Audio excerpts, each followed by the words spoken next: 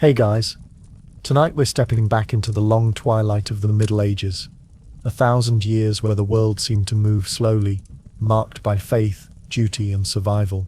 It was a time of castles and cathedrals, of villages and fields, and within it all, the lives of women were shaped by rules that were ancient, strict, and often unyielding. From noble women who walked through cold stone halls, to peasant women whose hands bore the weight of endless work, to nuns in quiet cloisters and queens who held fleeting power. This is their story. So before you get comfortable, take a moment to like the video and subscribe. Let me know in the comments where you're tuning in from tonight. It's always fascinating to see this community from every corner of the world. Now, dim the lights, let the room settle into stillness, and allow yourself to drift back in time as we begin our slow journey into the role of women in the Middle Ages. The centuries that followed the collapse of the Western Roman Empire in the 5th century unfolded slowly, like the gradual dimming of a once brilliant flame. Across Europe, the old systems of order crumbled, leaving scattered fragments where mighty roads, aqueducts and cities had once stood. In their place emerged a patchwork of small kingdoms and territories, each ruled by warlords, counts or petty kings whose authority extended only as far as their armies could ride. The once unified western provinces no longer answered to Rome, and the vast structures of law and governance dissolved into something more local, more fragile, and often more uncertain. It was within this fractured world that medieval society began to take shape, a society that would endure for centuries, defined not by swift progress but by slow rhythms of continuity, tradition, and faith. The dawn of the Middle Ages was neither sudden nor uniform. It came gradually, shaped by migrations, invasions and the slow retreat of classical learning into the cloisters of monasteries. The Germanic tribes, the Franks, the Visigoths, the Lombards and others, established new realms upon the ruins of the empire. Each carried its own customs, its own traditions of kingship, and its own understanding of kinship and law. For the ordinary person, life was precarious, marked by the constant threat of famine, disease or violence. The absence of a central authority meant that survival depended upon local arrangements, loyalties between lords and vassals, obligations of protection and service, and the careful cultivation of land. This was the seedbed of feudal society, a structure that would define Europe for nearly a millennium. Feudalism was not simply a political system but a framework that touched every part of life. At its heart was land, the source of wealth, power, and sustenance. Lords held estates, peasants tilled fields, and bonds of obligation bound them together. This system, while fragile, offered a measure of stability in a world often marked by chaos. But within these structures, gender roles were tightly woven, and women's places were shaped by both the demands of the land and the teachings of the church. Women, whether born into noble households or peasant villages, existed in a society that defined them largely through their relationships to men, fathers, husbands or lords. Their duties and identities were not seen as individual but communal, tied to family, property, and faith. Yet their lives were not uniform. A noble woman might find herself managing a vast estate while her husband rode off to war,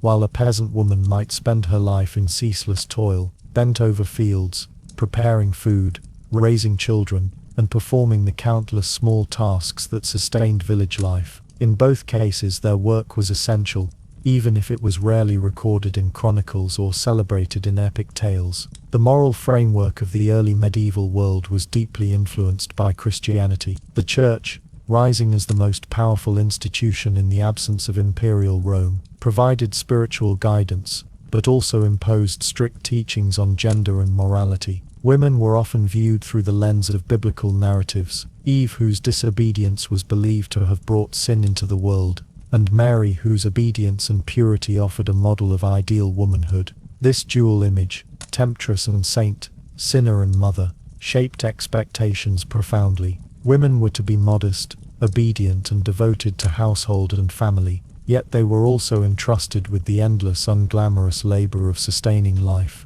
The medieval world was also profoundly rural. While a handful of cities survived, the remnants of Rome, the trading ports of the Mediterranean, or the new centers of power such as Aachen under Charlemagne, most people lived in small villages scattered across the countryside. For women in these places, the rhythms of life were dictated by the agricultural calendar: planting, harvesting, tending animals, grinding grain, spinning wool. The cycles of the seasons carried with them cycles of responsibility that left little time for leisure. Their days were long, often beginning before dawn and stretching well into darkness, their labor rarely acknowledged but absolutely necessary for the survival of their families and communities.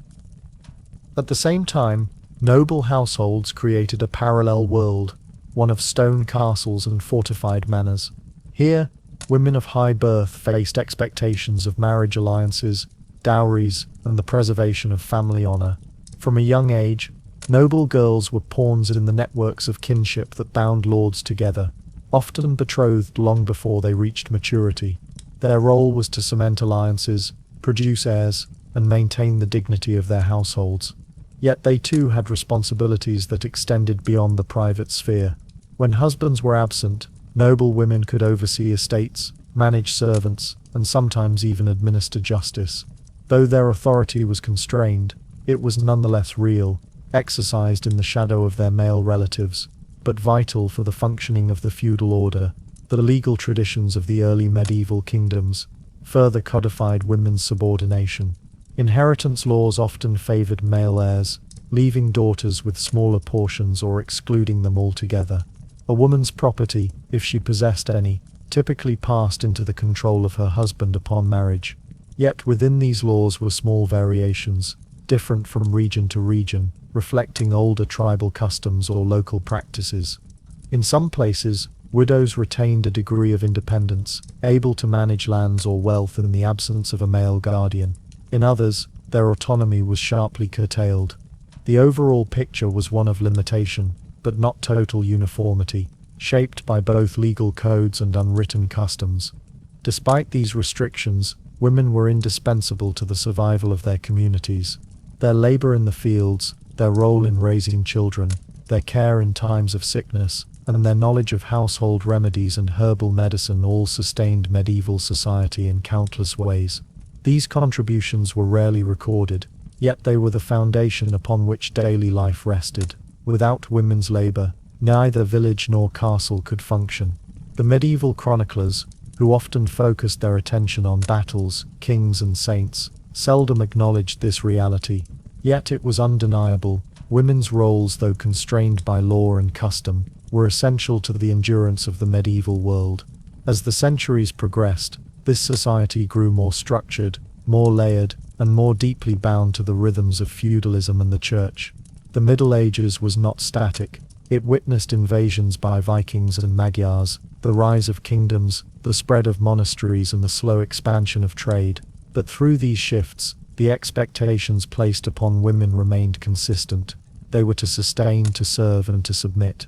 Still within this narrow framework, they found ways to exert influence, whether through quiet authority in households, devotion within convent walls, or the careful navigation of social obligations. Thus, at the dawn of the medieval world, as the ruins of Rome gave way to the towers of castles and the bells of churches, the roles of women were already defined by the interwoven forces of land, law, and faith. Their presence was everywhere, even if their voices were seldom heard. To understand the Middle Ages is to understand not only kings and knights, but also the countless women who held together the fragile fabric of society, unseen yet indispensable. And it is from this foundation that we move deeper, into the heart of the feudal order itself, where women's roles were further entrenched by hierarchy and obligation. As the medieval world settled into its rhythms, the structure of feudal society became the framework through which nearly every life was organized. This order was not imposed overnight, but emerged gradually from centuries of uncertainty, war, and local custom. It was a system built upon land, obligation, and protection, where power was dispersed into countless small lordships and vassal ties. To exist within this world was to be defined by one's place in its hierarchy, and for women this meant that their lives were shaped not only by gender, but also by status. A noblewoman's existence was profoundly different from that of a peasant woman, yet both were bound by the same principles of duty, dependence and service. At the top of the feudal order were the monarchs. Though their control was often more symbolic than practical, beneath them stretched a chain of lords, vassals, knights and peasants, each linked by ties of loyalty and responsibility. The land was parcelled out in fiefs, granted by lords to their followers in exchange for military service or other forms of allegiance. This system created not only a network of power, but also a set of expectations for every person, male or female, who lived within it. Women were not outside of this order, they were woven into it in ways both visible and unseen. For noble women, feudalism shaped nearly every stage of life. From birth, a girl of high birth was an asset of her family, her future marriage considered long before she reached maturity. Dowries, inheritances and alliances made her body a vessel of political strategy, a way to bind families together and secure land or wealth. Marriage was rarely about personal choice. It was a transaction negotiated by fathers and lords, meant to preserve estates or create bonds of loyalty. Once married, a noblewoman's role was clear. She was to manage the household, produce heirs and safeguard the honor of her lineage. Yet her responsibilities extended beyond childbearing and appearances. In the absence of her husband, when he rode to war, travelled on pilgrimage, or was summoned by his liege, she often became the effective manager of the estate. This meant overseeing crops, resolving disputes among peasants, managing servants, and ensuring that rents were collected. For noble households, the smooth operation of a manor depended heavily on the capability of the lady of the house. Chroniclers sometimes acknowledged this, noting women who acted as guardians of castles or stewards of lands. But even when their influence was great, it was expected to be exercised quietly, in the name of their husbands or sons, never as independent authority. In stark contrast, the lives of peasant women were marked by relentless labor and few privileges. Bound to the land through ties of serfdom, they lived in small wooden cottages, often with dirt floors and little protection from the elements. Their days were dictated by the agricultural calendar, rising with the sun to work in the fields, tend livestock, or grind grain into flour. Unlike noble women, who might oversee work rather than perform it, peasant women's labor was physical, unending, and essential to survival. They worked alongside men in the fields, sowing and harvesting, but were also responsible for maintaining the household, preparing food, spinning cloth, and raising children. For serfs, the lowest stratum of the peasantry, obligations to their lords were especially heavy. They owed labor services, rents in kind, and countless dues, which left little room for personal independence. Women within these families shared these burdens fully, contributing both to the feudal obligations of their household and the needs of their families. Unlike noble women, whose value lay in alliance and honor, serf women's value was measured in labor and reproduction. Their work was less visible to chroniclers, but it was the foundation upon which feudalism rested. Despite these differences, noble and peasant women shared certain similarities under the feudal order. Both were defined in relation to men, whether as daughters, wives, or widows, and both lived within a framework that restricted their autonomy. Their legal rights were limited, and their property, if any, often passed into the control of husbands or male relatives. The Church reinforced these expectations, teaching that women were to be obedient and modest, their roles confined to the domestic and supportive spheres. Even so, the daily realities of their lives gave them a presence and an importance that exceeded the narrow boundaries of law or doctrine. For noble women, the visibility of their duties sometimes allowed them to leave faint traces in historical records. Chronicles mention ladies who defended castles during sieges, managed estates with skill, or even acted as regents during the absence of male heirs. Eleanor of Aquitaine, though exceptional, is one of many examples where noble women exercised influence within the framework of feudal society.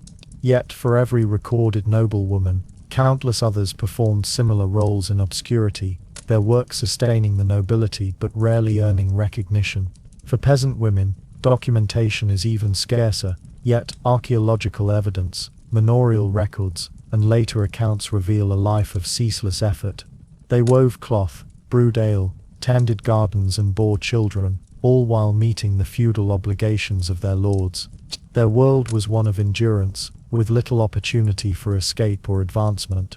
Yet their resilience ensured the continuity of villages, manors, and ultimately the entire feudal system. The intersection of status and gender under feudalism highlights how society both divided and unified women. A noblewoman and a serf might seem to inhabit entirely different worlds, one surrounded by stone walls and tapestries, the other by mud and thatch. Yet both were constrained by expectations of obedience, both were bound to serve their households and lords, and both lived lives that were defined not by their own choices, but by the needs of the feudal structure. In this way, feudalism not only stratified society, but also ensured that women, regardless of class, shared in its burdens. Over time, the rigidity of the feudal system would be tested by war, famine, and the slow growth of towns, but in the centuries of its dominance, it provided the framework within which women lived their lives. Their labor, their marriages, and their silence were essential threads in the fabric of medieval society. To look at feudalism without considering women is to overlook the quiet, persistent foundation upon which it stood. As we move deeper into the Middle Ages, the role of the Church becomes increasingly important, not only as a spiritual authority, but as the arbiter of morality and gender roles. It was the Church that reinforced the subordination of women, yet also the Church that offered them alternative paths, such as the life of the cloister. To understand how deeply women's lives were shaped, we must now turn to this institution, whose influence extended from the loftiest cathedral to the humblest village chapel.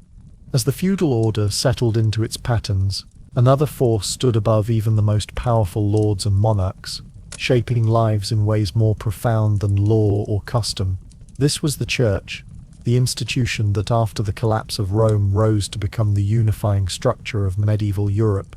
Its cathedrals and monasteries dotted the landscape, its bells marked the passing of hours, and its teachings defined morality, law, and the meaning of existence itself. For men and women alike, it was impossible to imagine life outside its shadow, yet for women in particular, its influence was both protective and deeply restrictive. Religion did not simply guide private devotion, it dictated the framework of gender and morality. In sermons, in confessions, and in the pages of canon law, women were reminded of their place in a divinely ordered hierarchy. At the heart of these teachings lay the biblical story of Eve, whose disobedience in the Garden of Eden was believed to have brought sin and death into the world. This narrative, repeated across centuries, painted women as inherently weaker, more prone to temptation, and in need of male guidance and control. It was a powerful metaphor that reinforced obedience as not just social expectation but divine command.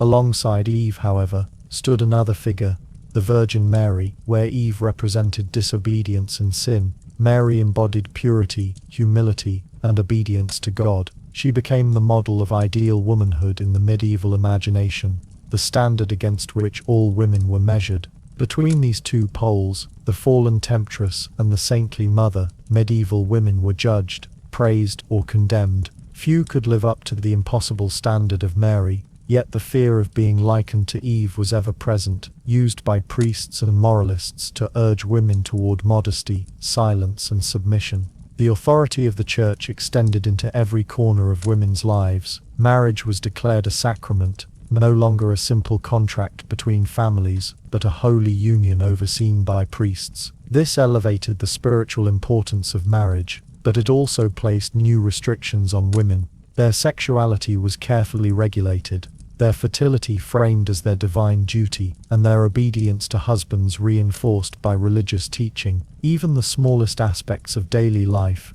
dress, speech, behavior, were governed by expectations rooted in scripture and canon law. To disobey was not simply to challenge social custom, but to risk the salvation of one's soul. Confession further deepened this influence. Beginning in the 12th century, the practice of regular confession became widespread, requiring women to confess sins of thought, word, and deed to male priests. This not only reinforced the authority of the clergy, but but also subjected women to close scrutiny in areas of sexuality, family life, and morality. Manuals for confessors often contained long sections on women, reflecting the belief that they required special guidance to resist temptation. Even in their most private moments of spirituality, women were reminded of their perceived weakness and dependence on male authority. At the same time, the Church provided one of the few alternative paths available to women outside of marriage.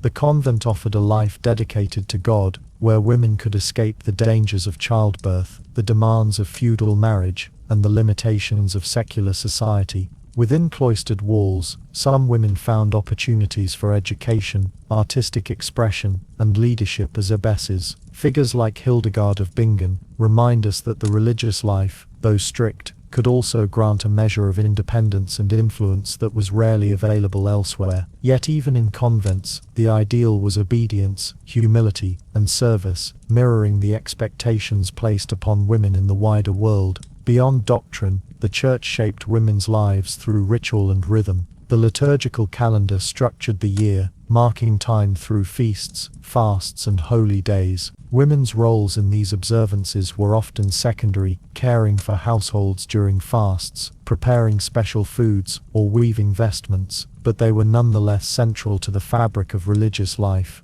The very air of the medieval village was saturated with religion, bells calling the faithful to Mass, processions winding through fields, and prayers said for protection from famine, plague, or war. In this world, women were expected to embody piety in their conduct, to be examples of modesty and devotion for their families and communities. Yet the Church's teachings were not merely gentle reminders, they were codified into law and enforced through courts, both ecclesiastical and secular. Women accused of adultery, heresy, or disobedience could be punished harshly, their reputations ruined, and their livelihoods destroyed. The Inquisition, which arose in the later Middle Ages, targeted women suspected of heresy or sorcery, reinforcing the suspicion that female independence was dangerous. Even when not accused of wrongdoing, women lived under the weight of constant moral surveillance, their lives measured against ideals that were rarely attainable. It is easy to see the influence of the Church as purely repressive, yet for many women, faith also provided comfort, community, and meaning. Saints' lives, prayers to the Virgin, and participation in parish rituals offered women ways to find spiritual identity. Pilgrimages, though often arduous, allowed some women to step beyond the confines of their villages, to travel in search of healing or penance. Religion was both a cage and a source of strength, shaping women's lives in paradoxical ways. This duality, the Church as both protector and oppressor, defined the religious experience of medieval women. It sanctified their roles as wives and mothers, but in doing so, it limited their possibilities. It celebrated female saints, yet constantly warned of women's capacity for sin. It offered the convent as refuge, yet demanded vows of lifelong obedience and enclosure. The weight of religion was inescapable, pressing down on every aspect of existence, molding women's identities as surely as the feudal order shaped their labor and status. As centuries passed, these religious teachings became deeply ingrained in the cultural memory of Europe, repeated in sermons, depicted in art, and reinforced in law. Women grew up hearing stories of Eve's fall, Mary's humility, and saints' sacrifices. These narratives did not merely describe their world, they created it, instilling patterns of thought and expectation that endured across generations. The medieval woman carried these teachings with her, in every decision, every act of obedience, and every whispered prayer. Yet, even within these constraints, women continued to navigate their roles with resilience. Some conformed, others quietly resisted, and many simply endured, shaping lives that balanced piety with survival. To understand the medieval world, one must always return to this weight of religion, the silent yet constant presence that defined what it meant to be a woman in the Middle Ages. And it is from this religious framework that we can better understand the contrast between different classes of women. For while all were subject to the Church's authority, their daily lives diverged sharply depending on whether they were born into noble halls or humble cottages. The ideals pressed upon women by the weight of religion did not exist in abstraction. They shaped the very fabric of daily life, particularly for noble women, whose status made them both privileged and constrained. But within the walls of castles and manors, far removed from the labor of the fields, noble women lived lives that were at once sheltered and heavily burdened with responsibility. To understand the life of a noble woman is to see how feudal society and religious teaching merged into a single framework that defined her existence from the moment of her birth until her final days. From childhood,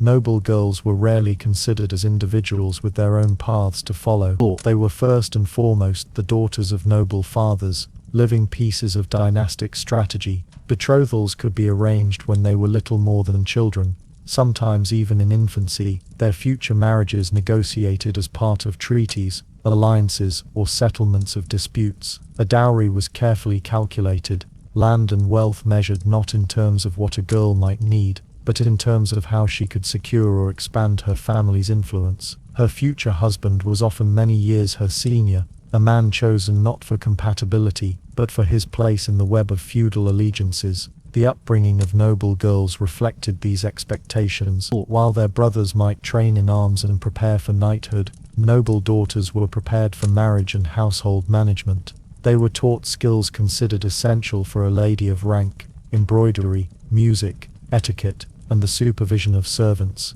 In some households, especially where literate clerics were present, they might learn to read and write in Latin, or the vernacular, though this was not universal. Literacy was seen as useful in managing estates and correspondence, but higher learning was rarely encouraged, since intellectual pursuits were not considered the domain of women. Instead, emphasis was placed on virtue, modesty, and the ability to maintain a household that reflected the honor of one's lineage. When a noble woman entered marriage, often as a teenager, she stepped into a role that combined the expectations of both feudal society and the church. As wife and lady of the household, her foremost duty was to produce heirs, particularly sons who could inherit the estate. This pressure was constant, for the survival of noble families depended on the continuation of bloodlines. A woman who bore sons was celebrated as fulfilling her divine and social role, while one who failed to produce heirs could face marginalization, annulment, or the humiliation of seeing her husband seek children elsewhere. Childbirth was dangerous, and many noble women died young, but the demand for heirs left them with little choice but to endure the risk repeatedly. Yet noble women were not merely passive vessels for dynastic continuity. Within the confines of marriage, they were entrusted with significant responsibilities, especially in the management of estates, or when husbands were absent, on military campaigns, in the service of their lords, or even on extended pilgrimages. It often fell to the wife to oversee the day-to-day running of the manor. This included supervising agricultural production, ensuring rents and dues were collected, resolving disputes among tenants, and maintaining the economic stability of the estate. Manorial records reveal women signing documents, managing accounts, and sometimes even issuing orders in their husband's name. Their authority was not absolute, but it was real, and without it, the functioning of noble estates would have faltered. Life in castles, though seemingly luxurious compared to the cottages of peasants, was not always comfortable. Castles were built for defense, not comfort, their stone walls cold in winter, and their interiors dimly lit.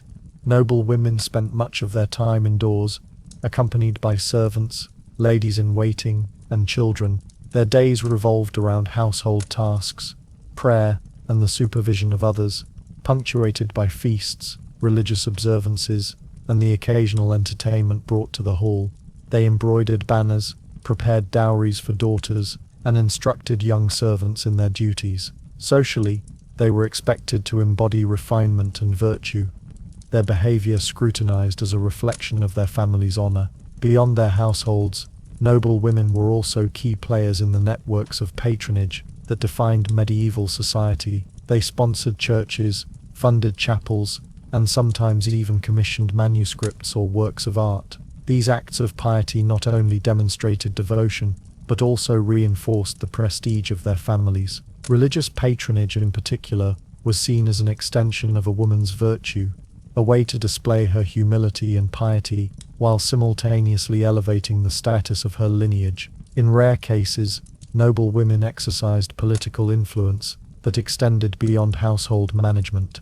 During periods of regency, when heirs were underage or lords absent for extended periods, women could act as guardians of estates, and even as negotiators in political disputes. The chronicles note examples such as Eleanor of Aquitaine, or Blanche of Castile, who wielded considerable authority in their times. But even these exceptional figures were careful to present their power as temporary and derived from their roles as wives or mothers, lest they be accused of overstepping the bounds of their gender. Despite these responsibilities, and occasional opportunities for influence, noble women lived within strict limitations. Their marriages were rarely of their choosing, their autonomy curtailed by both custom and law. Their inheritances were often controlled by fathers, brothers, or husbands, and widows who inherited estates were usually pressured to remarry quickly, ensuring that land did not remain under female control for long. The law, reinforced by the church,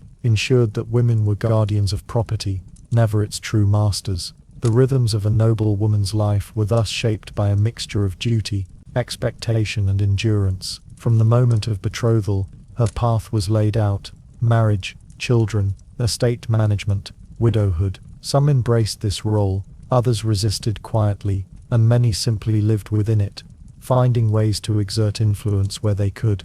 Their lives were not the romanticized tales of courtly love found in medieval literature, but a mixture of obligation and endurance, framed by the stone walls of castles and the unyielding weight of feudal and religious order.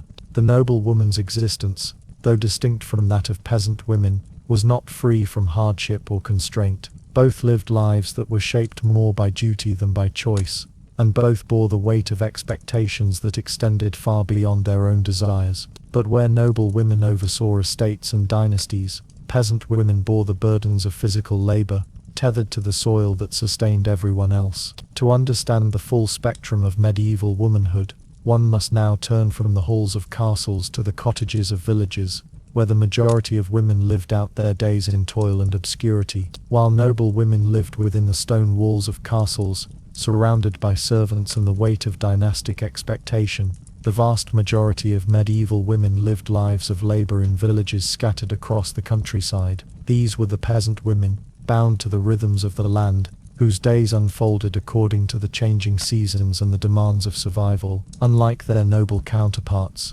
their lives were not shaped by diplomacy or estate management, but by the soil beneath their feet, the tools in their hands, and the constant need to keep hunger at bay. The medieval village was the backbone of European society, providing the food that sustained nobles, clergy, and townsfolk alike. Within this structure, peasant women bore the double burden of agricultural labor and domestic responsibility. From dawn until dusk, their time was consumed by tasks that were both repetitive and essential, leaving little space for leisure or choice. The rhythms of their lives were dictated by necessity, the steady cycle of sowing, tending, harvesting, and preserving. In the fields, women worked alongside men, though their contributions were often overlooked in chronicles and records. They sowed seeds, weeded crops, gathered hay, and harvested grain, their labor inseparable from that of their husbands, fathers, and sons. During harvest season in particular, every able-bodied person was required to work,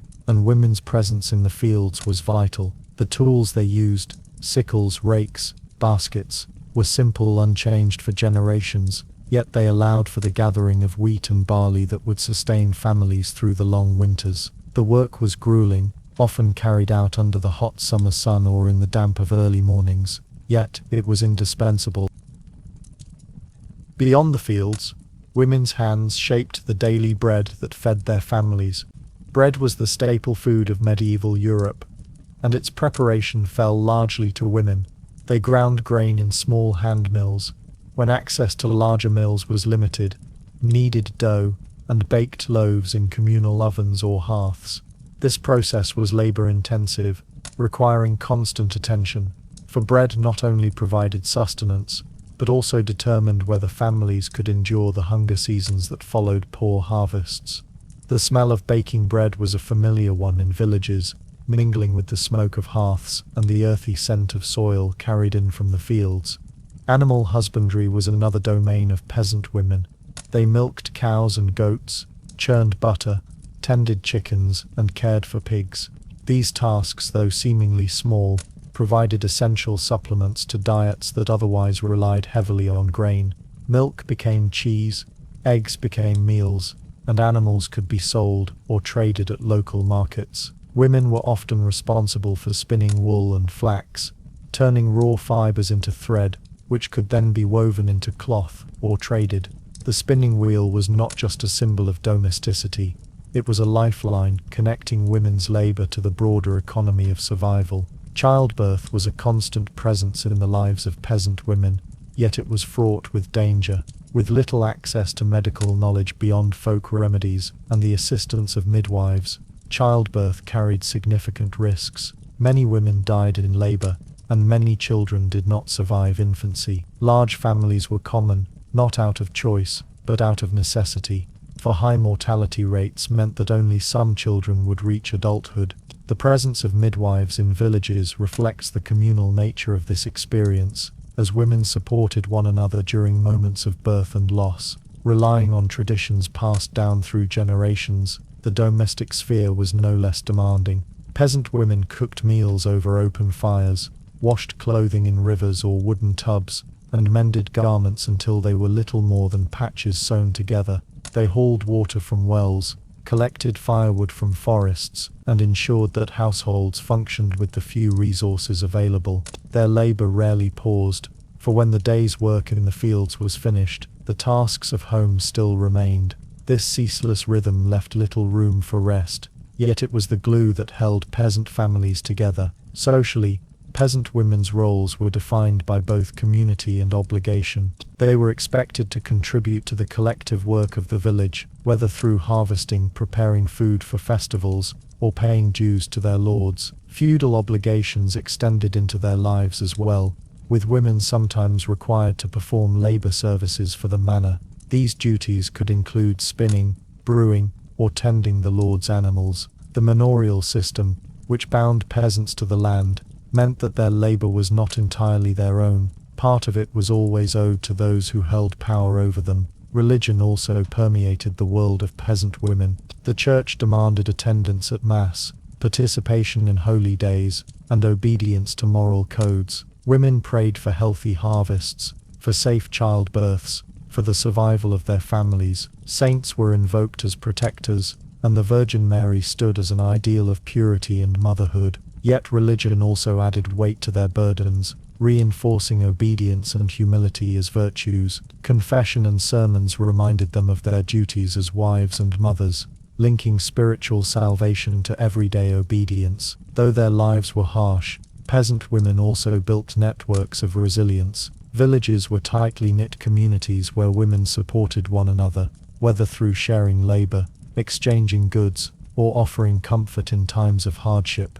They passed down songs, stories, and traditions that helped ease the monotony of endless toil. Festivals and holy days provided rare breaks from labor, moments of communal celebration where food, drink, and music softened the weight of survival. These brief respites were vital, offering not only joy, but also a reminder of continuity in a world that was often uncertain. The world of peasant women was marked by endurance. They were the unseen backbone of medieval society, their labor essential to the sustenance of all. Without their work in fields, kitchens, and households, the grand halls of nobles and the altars of churches would have gone unfed and unmaintained. Yet their contributions were seldom recorded, their names lost in the anonymity of manorial records and parish registers. History has often overlooked them, yet their lives were the most common, the most representative of what it meant to be a woman in the Middle Ages. As the village life unfolded with its endless rhythm of toil and survival, another sphere of womanhood took shape in contrast.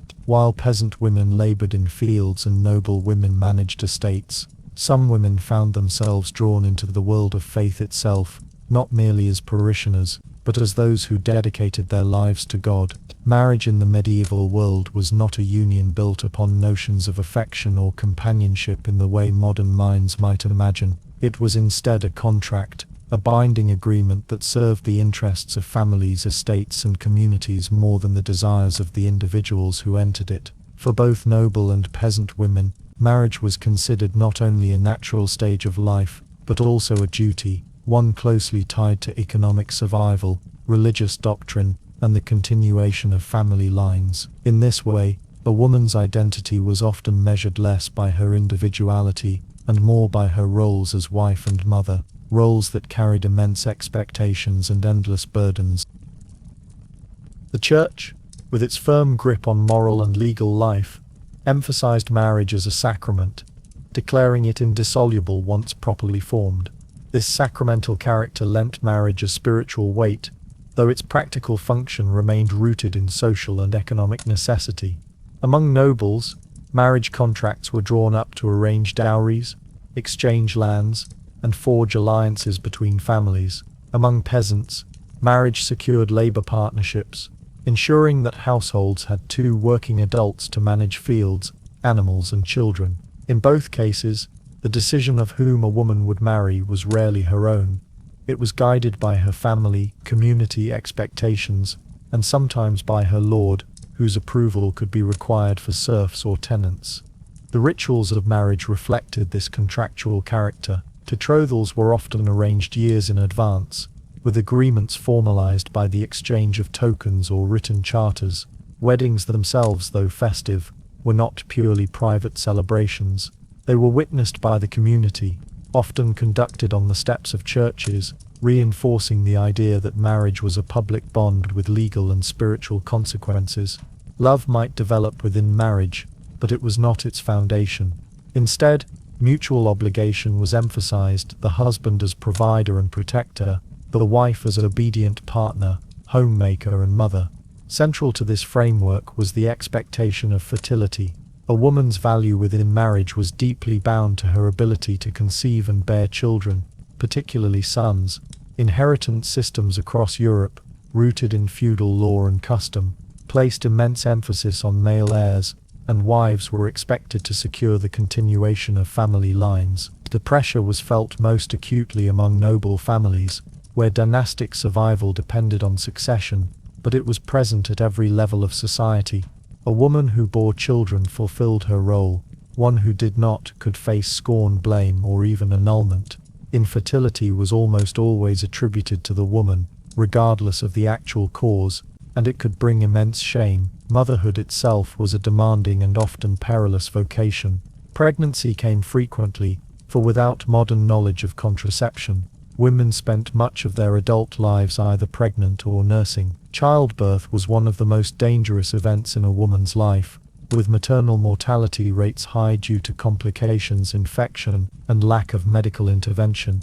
Infant mortality was equally high, with many children not surviving beyond their first years. Despite these risks, large families were common, as the survival of some children was necessary for the continuation of households and lineages. Once children were born, the work of raising them fell largely upon mothers. In noble households, wet nurses might be employed to feed infants, and servants might assist with daily care, but mothers were still expected to oversee the upbringing of children, ensuring they were raised in accordance with family expectations. Among peasants, where resources were scarce, mothers nursed their own children, carried them while working in the fields, and introduced them early to the rhythms of labor that would sustain the household. Daughters often joined their mothers in domestic tasks, while sons followed their fathers into the fields or apprenticeships. In every case, women were central to the formation of the next generation, their labor extending beyond survival into the shaping of social continuity. The duties of wives and mothers were reinforced by religious and cultural teachings that emphasized obedience, humility, and sacrifice.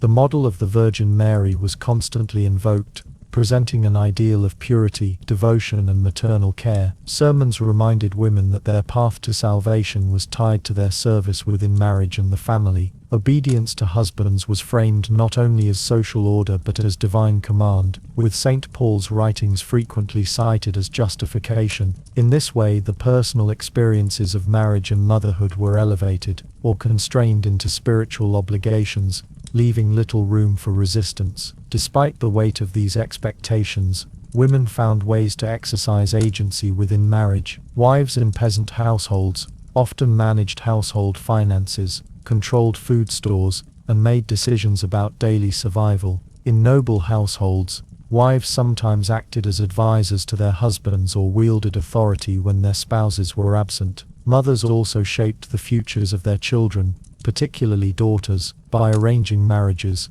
teaching skills and passing on traditions. Their influence was subtle but real, woven into the fabric of family and community life. Marriage also provided a kind of security, though fragile, in a world marked by instability. A woman without a husband, whether through widowhood, annulment or refusal to marry, was vulnerable. Widows might inherit land or manage estates for a time, but they were often pressured to remarry to ensure that property remained within male-controlled lines. Unmarried women, unless they entered religious life, faced suspicion or marginalization, their presence outside the expected framework of wife and mother viewed as a disruption of social order. Thus, for most women, marriage was less a choice than a necessity, the expected path through which survival, legitimacy and belonging were achieved. The emotional dimensions of marriage were complex.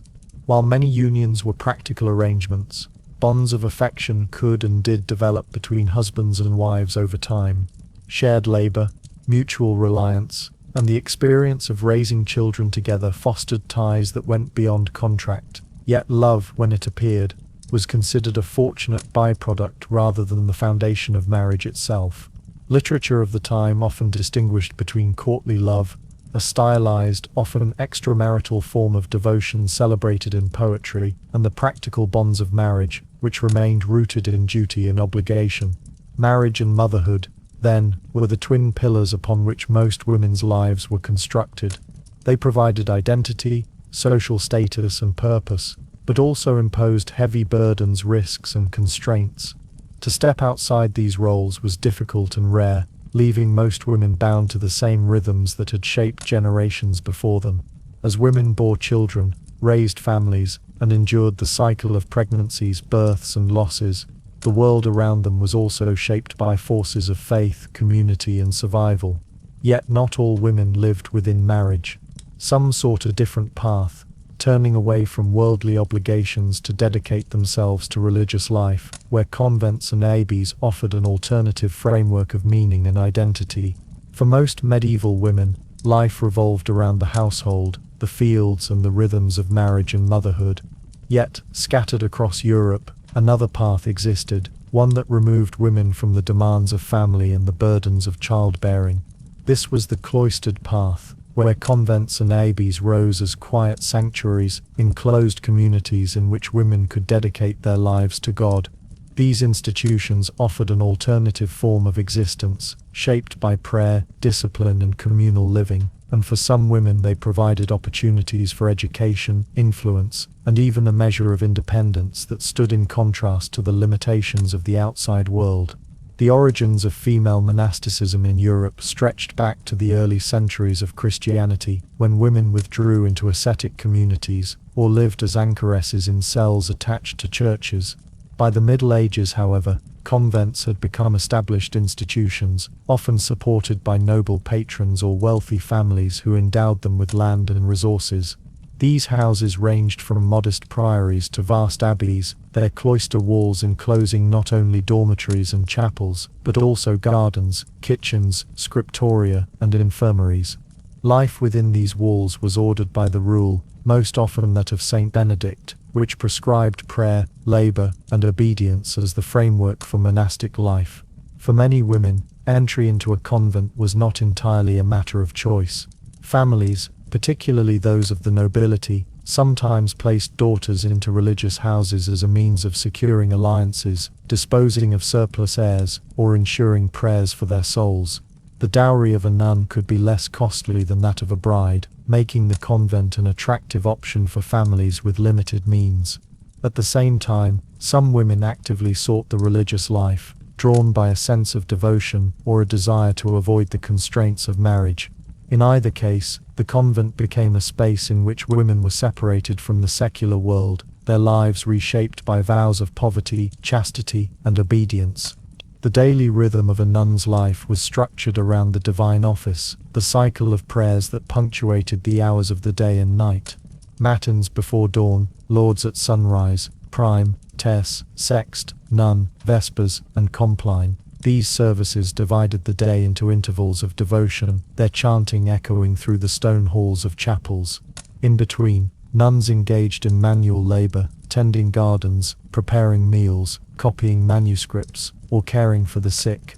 Silence was often observed, reinforcing the contemplative atmosphere, though work and prayer created a steady hum of communal life. One of the most remarkable features of convents was their role in fostering literacy among women. While the majority of medieval women remained illiterate, nuns had access to books and scriptoria, where manuscripts were copied and studied. Psalters, breviaries and hagiographies were common, but some convents also preserved works of classical learning or theological texts. Women like Hildegard of Bingen, a 12th century abbess, became renowned for their writings, producing not only theological works but also music, visions, and scientific observations. Through such figures, convents became centers of intellectual life, offering women rare opportunities to read, write, and engage with the currents of thought that shaped medieval Europe. The authority of abbesses was another distinctive feature of religious life. In many houses, abbesses held considerable power, overseeing lands, managing finances, and directing the community of nuns under their care. Some abbesses wielded influence comparable to that of male abbots, their authority recognized both by the church and by secular lords. They corresponded with bishops, negotiated with patrons, and ensured the survival of their houses through careful stewardship. In a world where women's voices were often suppressed, the office of abbess provided a position of spiritual and administrative authority that could shape the life of entire regions. Yet convent life was not entirely free of worldly concerns.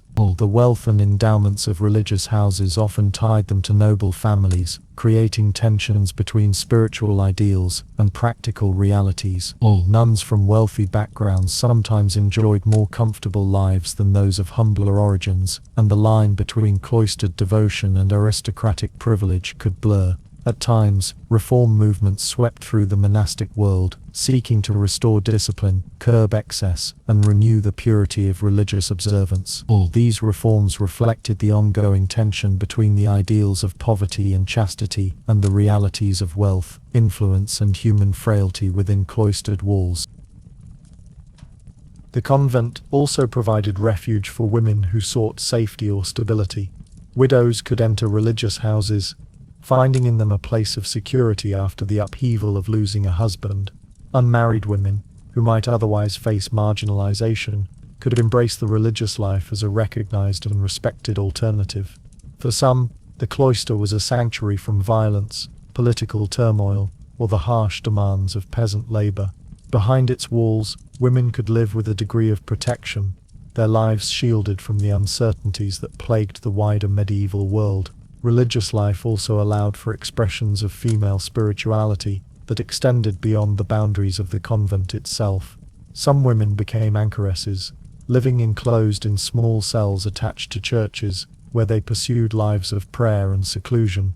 Others embraced mysticism, experiencing visions, trances, and revelations that were recorded and shared.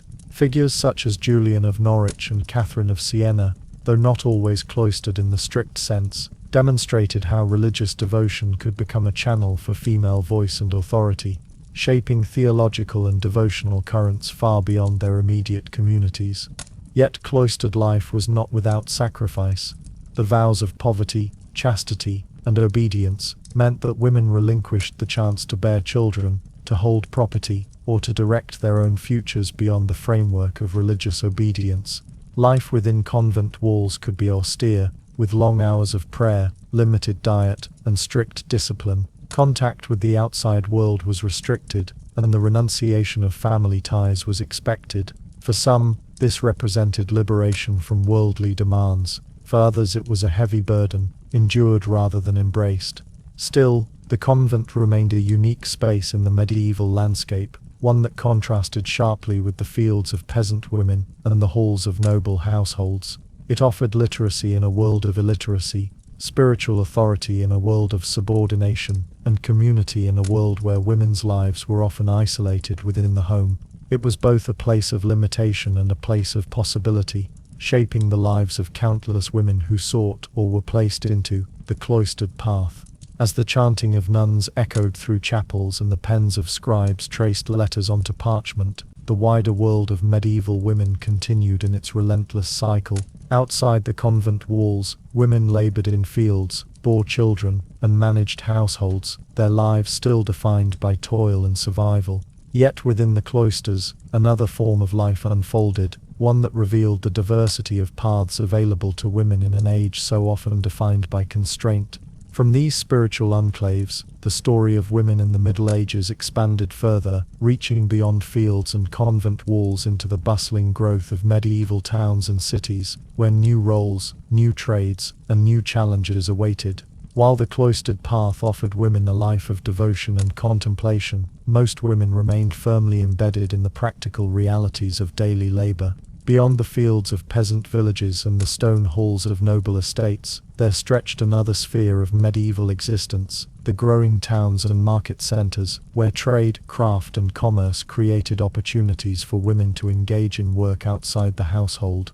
These spaces, though still governed by law, custom, and gendered restrictions, allowed women to appear in guilds, to weave cloth, to brew ale, to serve as midwives, and even at times to manage shops and businesses. It was a quieter, less chronicled part of history, yet it revealed how deeply woven women were into the economic fabric of the Middle Ages. The rise of towns across Europe during the High Middle Ages transformed the patterns of life for both men and women. From the 11th century onward, increased agricultural productivity and the growth of population led to a revival of commerce, and urban centers emerged as hubs of trade and craft. These were places of noise and movement, where narrow streets wound between workshops, markets, and taverns. The guilds, associations of artisans and merchants, structured much of urban labor. While men dominated the leadership of guilds, women's presence was still marked in many trades, particularly in areas where domestic skills translated directly into economic activity. One of the most significant roles for women in towns was in the textile industry. Spinning,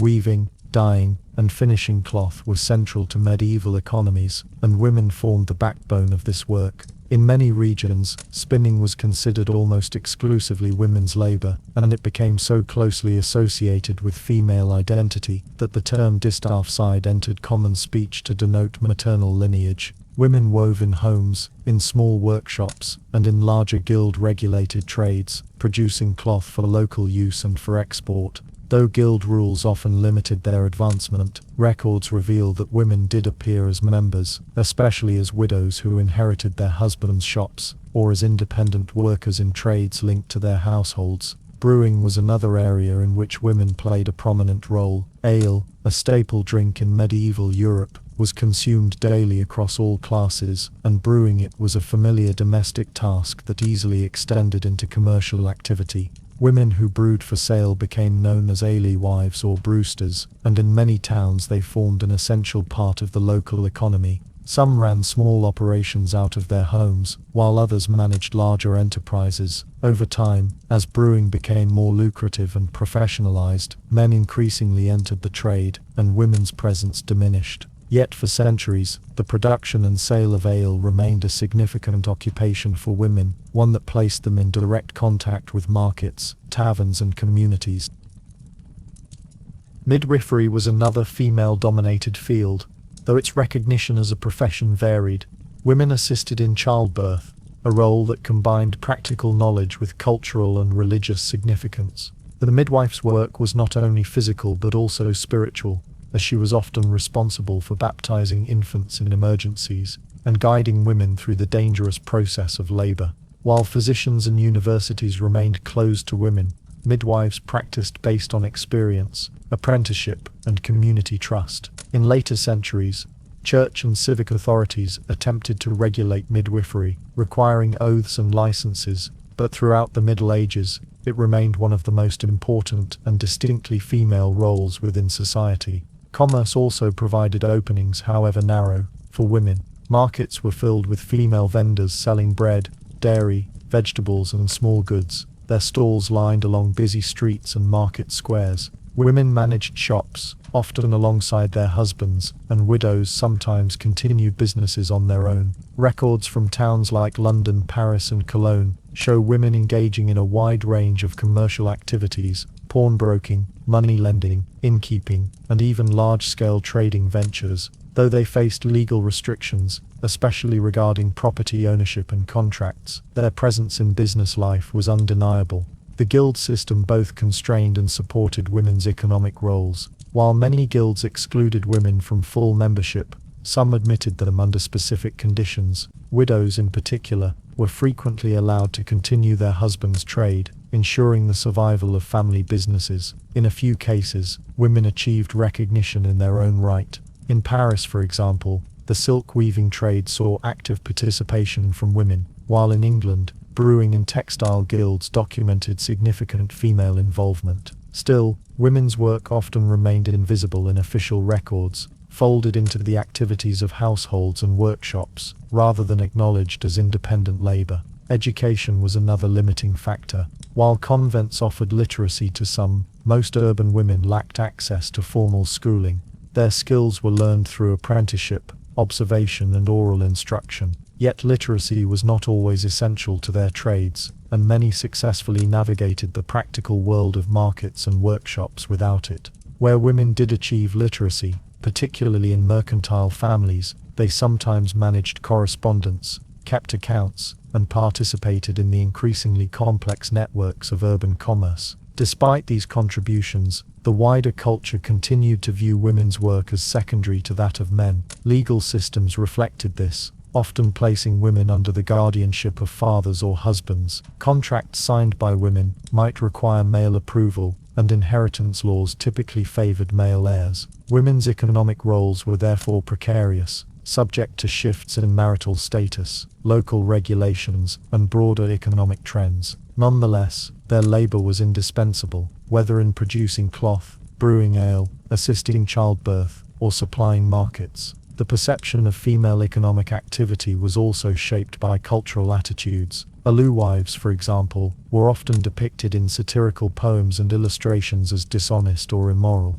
accused of watering down ale or cheating customers. Such stereotypes reflected anxieties about women's presence in public economic life, suggesting that while their labor was tolerated, it was not always respected. Similarly, midwives sometimes became targets of suspicion, their knowledge of birth and female bodies leading to accusations of witchcraft in later centuries. These perceptions underscored the tension between women's practical roles and the ideological frameworks that sought to confine them to the household. Still, the persistence of women in work beyond the home revealed the resilience and adaptability of medieval women. They filled the spaces where necessity demanded, moving between domestic and public spheres with fluidity.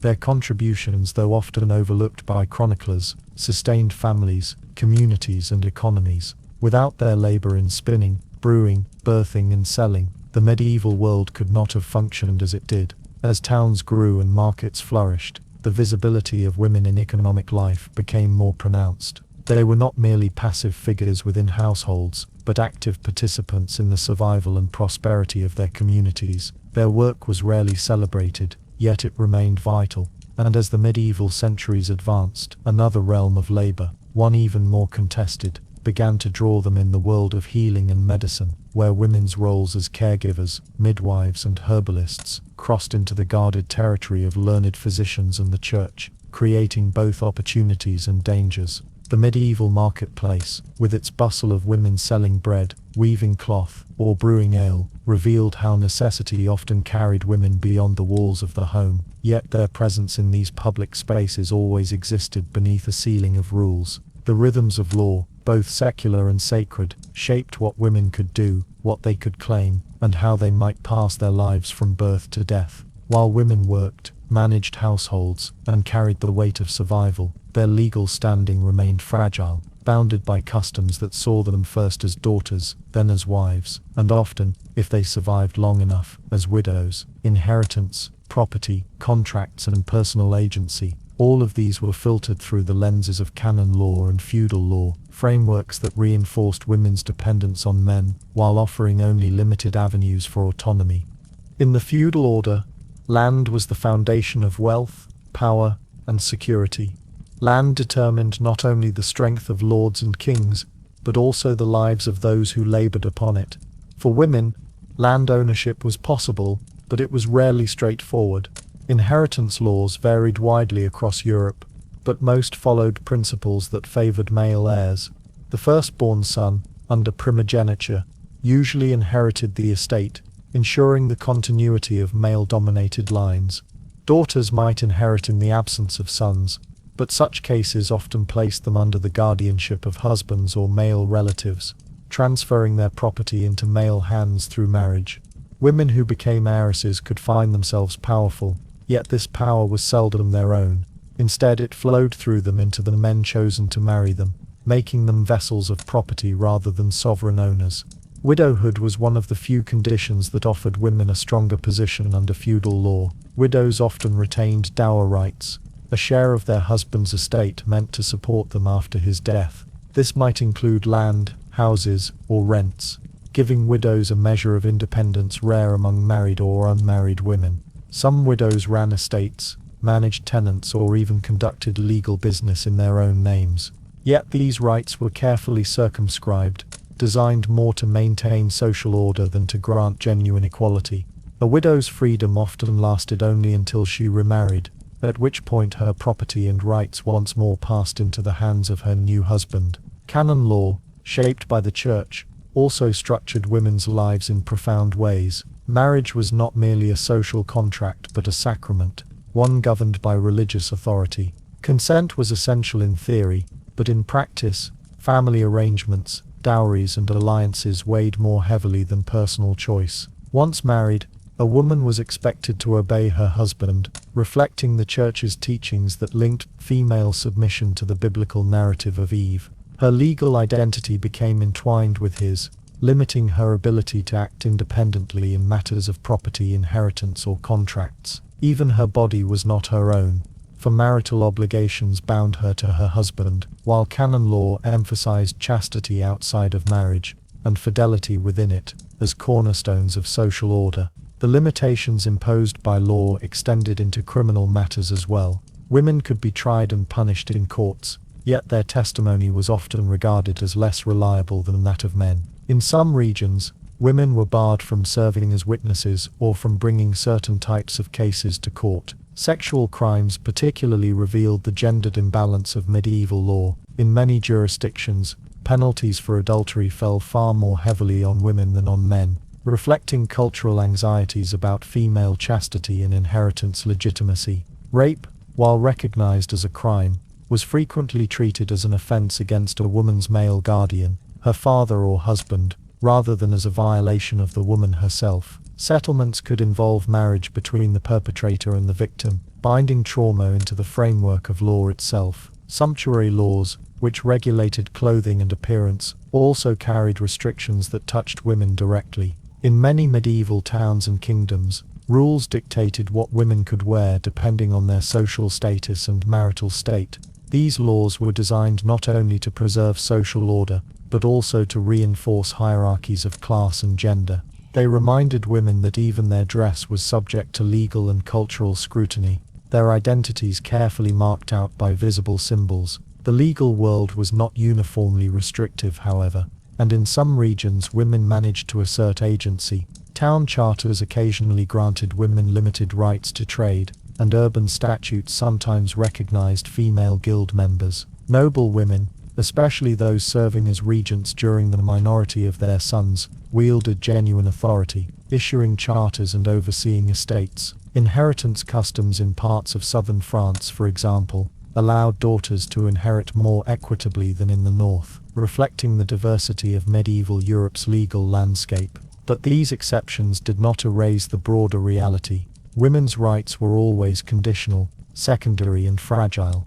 The boundaries of law were reinforced by the weight of cultural perception. A woman who stepped too far outside expected roles could face suspicion, or even hostility. Female landholders, who exercised too much independence, might attract challenges from male relatives. Widows who managed estates could be accused of mismanagement or impropriety. Women who appeared in courtrooms to assert claims risked their reputations, as boldness itself could be seen as unbecoming. The law was not simply a set of rules but a reflection of medieval society's deep-seated assumptions about gender, authority, and power. And yet, despite these constraints, women found ways to live within, and sometimes against, the framework set for them.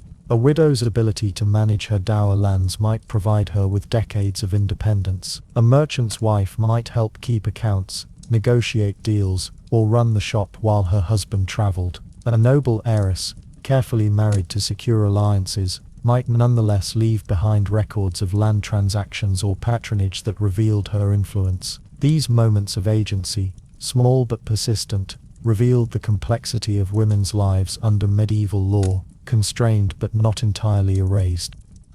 The story of medieval women under law was, in many ways, a story of paradox. Rights existed, but they were partial. Agency was possible, but it was hedged with restrictions. At every stage, a woman's identity in law was bound to others, to father, to husband, to son. Only in the liminal space of widowhood did she gain a measure of independence, and even then it was bounded by custom and expectation. Law mirrored the structures of society itself, reinforcing a world in which women were necessary but subordinate, visible yet controlled, active yet contained within frameworks not of their own making. And as these frameworks persisted, women's lives unfolded within them, marked not only by law but by the body itself, for the experience of health, illness and healing was one of the most constant aspects of existence in the Middle Ages. From childbirth to plague, from remedies of herbs to the suspicions of witchcraft, women's relationship to medicine revealed both their indispensability and their vulnerability, drawing us next into the world of healers, midwives, and physicians. The frameworks of law and custom bound women tightly to household and marriage, yet there remained places where learning flickered like a small but enduring flame. In an age when books were rare, when literacy was the privilege of a minority, the paths to education were narrow and uncertain. For women, those paths were narrower still, shaped by barriers of gender, wealth, and opportunity. Yet despite these restrictions, the Middle Ages did not entirely close its doors to female learning. Within convent walls, in rare noble households, and in the lives of extraordinary women who left their mark upon manuscripts, philosophy and poetry, there emerged a story of fragile education, limited, conditional, but deeply significant. For the vast majority of medieval women, literacy remained out of reach. The daily rhythm of labor in fields, kitchens and workshops left little space for the cultivation of reading or writing. Education was costly, requiring both leisure and access to manuscripts, resources most peasant or working families could not provide. Oral culture dominated village life, where knowledge was passed not by parchment but by memory, through proverbs, stories and practical instruction. A woman might know how to prepare herbs, how to measure seed for sowing, how to calculate the days of the agricultural year, but these skills were learned not through formal education but through experience, inherited across generations. Yet within the cloistered spaces of convents, a different world opened. Monastic life, though governed by strict rules of prayer and silence, offered women a rare route to literacy. Nuns were expected to recite the Psalms, to participate in the liturgy, and for this, they required the ability to read Latin, at least in a limited way. Scriptoria within some convents copied manuscripts, and in these quiet rooms, women sometimes took pen in hand, learning to shape letters, to illuminate initials, and to preserve texts.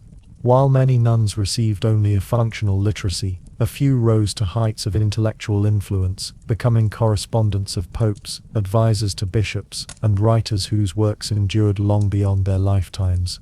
Among the most striking figures was Hildegard of Bingen, 1098-1179, a German abbess, whose life illustrates both the limitations and the extraordinary possibilities of medieval women's education.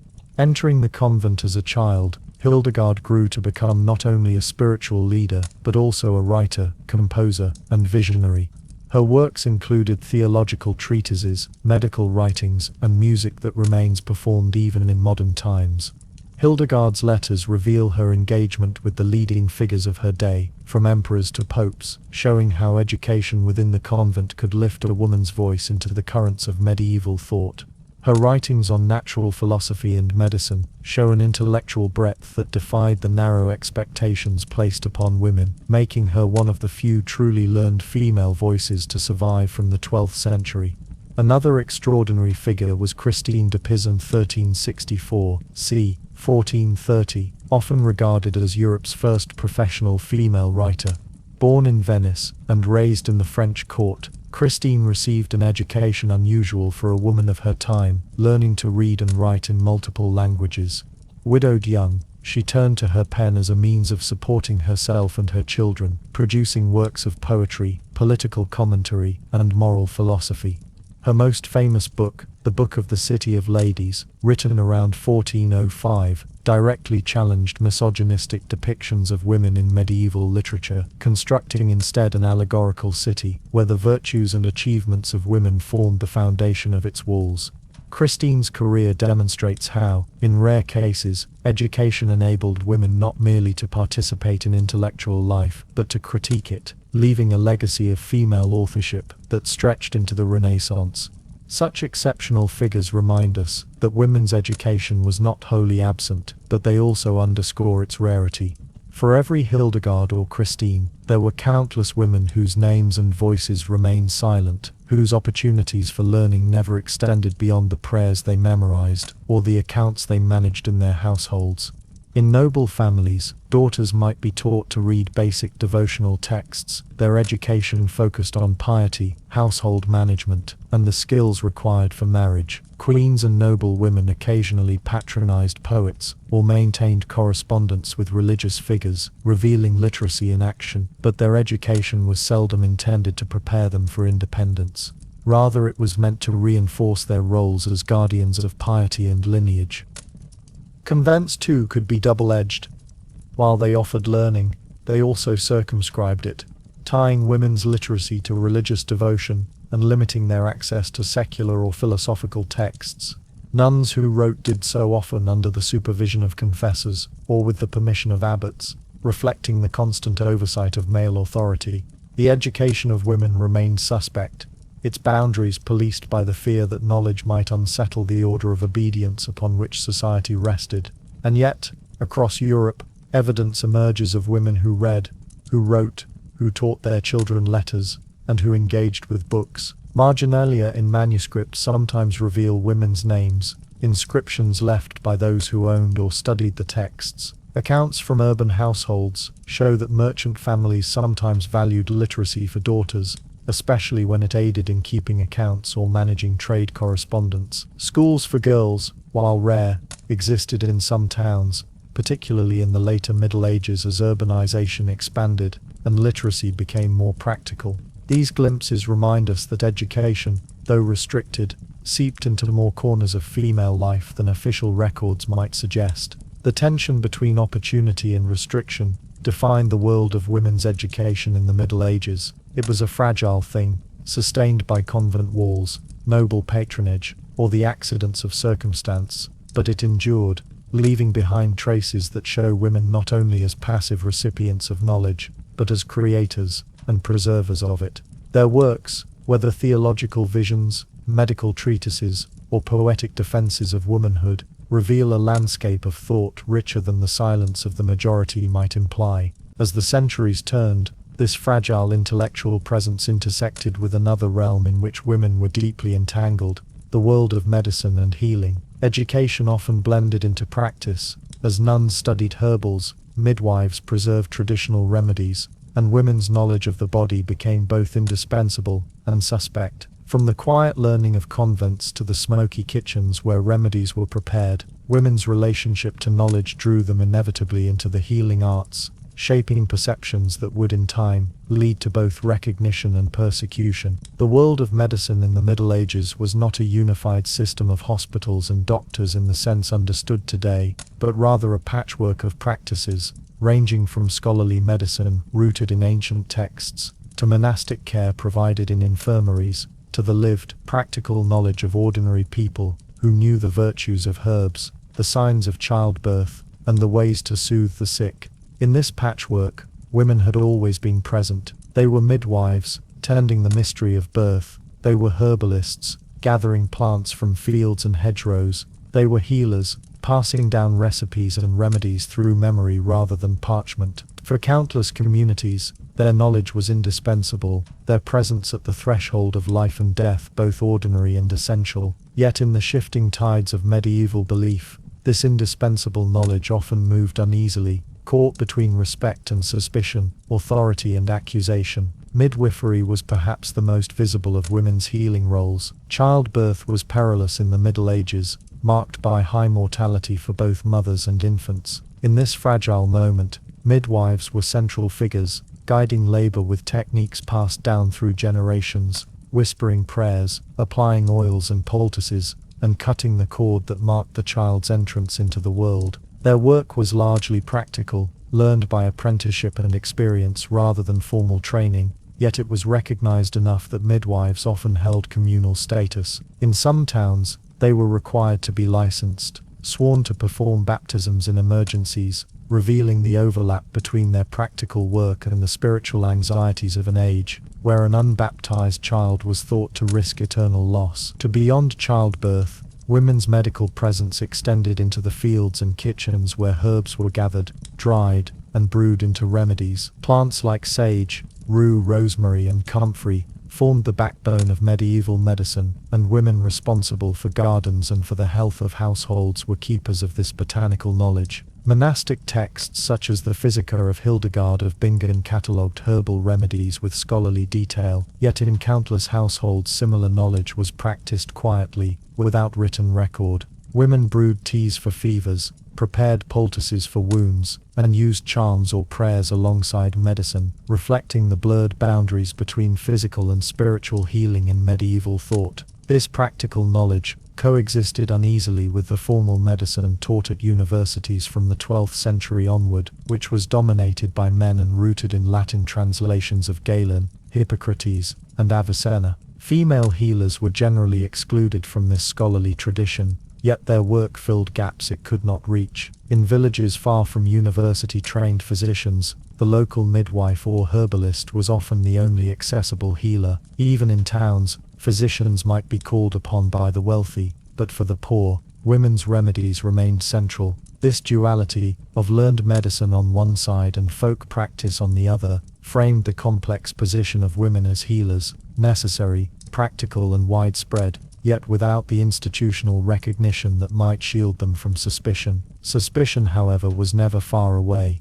The same qualities that made women central to healing, their closeness to childbirth, their use of plants, their invocation of charms, could also be construed as dangerous. From the early Middle Ages, church authorities expressed concern about women's healing practices, especially when they involved rituals that blurred into superstition or magic. A woman who murmured prayers over herbs might be accused of charms. A midwife who failed to save a child could be whispered against as cursed. A healer whose remedies seemed too effective might draw envy or fear.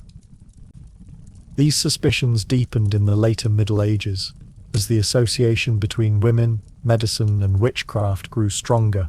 By the 15th century, texts such as the Malleus Maleficarum, a notorious treatise on witchcraft, explicitly linked midwives to diabolical practices, accusing them of harming infants or using childbirth as a site of sorcery. While the great waves of witch trials would crest in the early modern period, their roots lay in the medieval tension between respect for women's healing knowledge and fear of its unregulated power. Yet, not all was suspicion. In many places, women healers continued to hold recognized roles, licensed by towns, employed by noble households, or supported by communities who valued their skills. Some convents ran infirmaries where nuns provided care for the sick, blending spiritual devotion with medical practice. Records from places like Paris and London show women practicing surgery and pharmacy, sometimes alongside male relatives, revealing that women could, at times, be part of the more formal medical economy. Their presence was precarious, often challenged by guilds or physicians, but it was nonetheless real, leaving traces in charters, legal disputes, and civic records. The story of women in medicine during the Middle Ages is therefore one of tension between tradition and innovation, between recognition and erasure, between reverence and fear. Women's healing knowledge was indispensable to medieval society, yet it remained vulnerable, denied the protection of formal education and institutions, and increasingly subject to suspicion as intellectual currents hardened against them. In the balance, they carried both the trust of communities and the shadow of accusation, a duality that would shape their fate in centuries to come. As the Middle Ages wore on, this duality would intersect with wider cultural forces, the revival of cities, the growth of trade, the codification of law, and the shifting place of women within urban and rural life. For while healing bound women to the intimate cycles of life and death, the broader structure of medieval society pressed upon them in other ways too, shaping their public presence, their legal status, and their daily possibilities. To understand this fuller picture, one must look more closely at the social fabric itself, where law, custom, and economy intertwined with gender to restrict and define the contours of women's lives. The Middle Ages was an age of faith, but alongside the certainty of Christian doctrine existed a dense fabric of superstition and fear.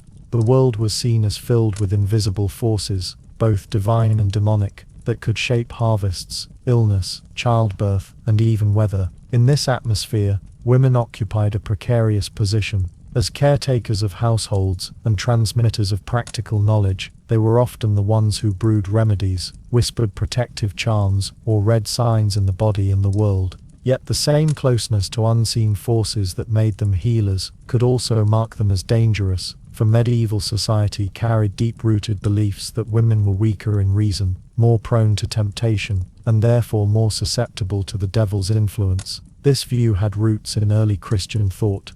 Church fathers such as Augustine and Tertullian emphasized Eve's role in the fall, presenting women as morally fragile, inclined to deception, and bearers of sin. These ideas merged with classical medical theories from Galen and Aristotle, who described women as biologically colder or weaker than men, framing them as imperfect or incomplete versions of the male form. Together, these strands of theology and natural philosophy created a cultural lens that cast women as simultaneously necessary and suspect, needed for the continuation of life, but also feared as channels through which disorder, lust, or malice might enter the world. Superstitions attached to women took many forms. A woman who knew too much about herbs might be whispered about as a witch. A widow who lived alone might be feared as one who consorted with spirits. A midwife whose patient died in childbirth could find herself accused of interference with the child's soul. Even ordinary behaviors could provoke suspicion if they deviated from expectations.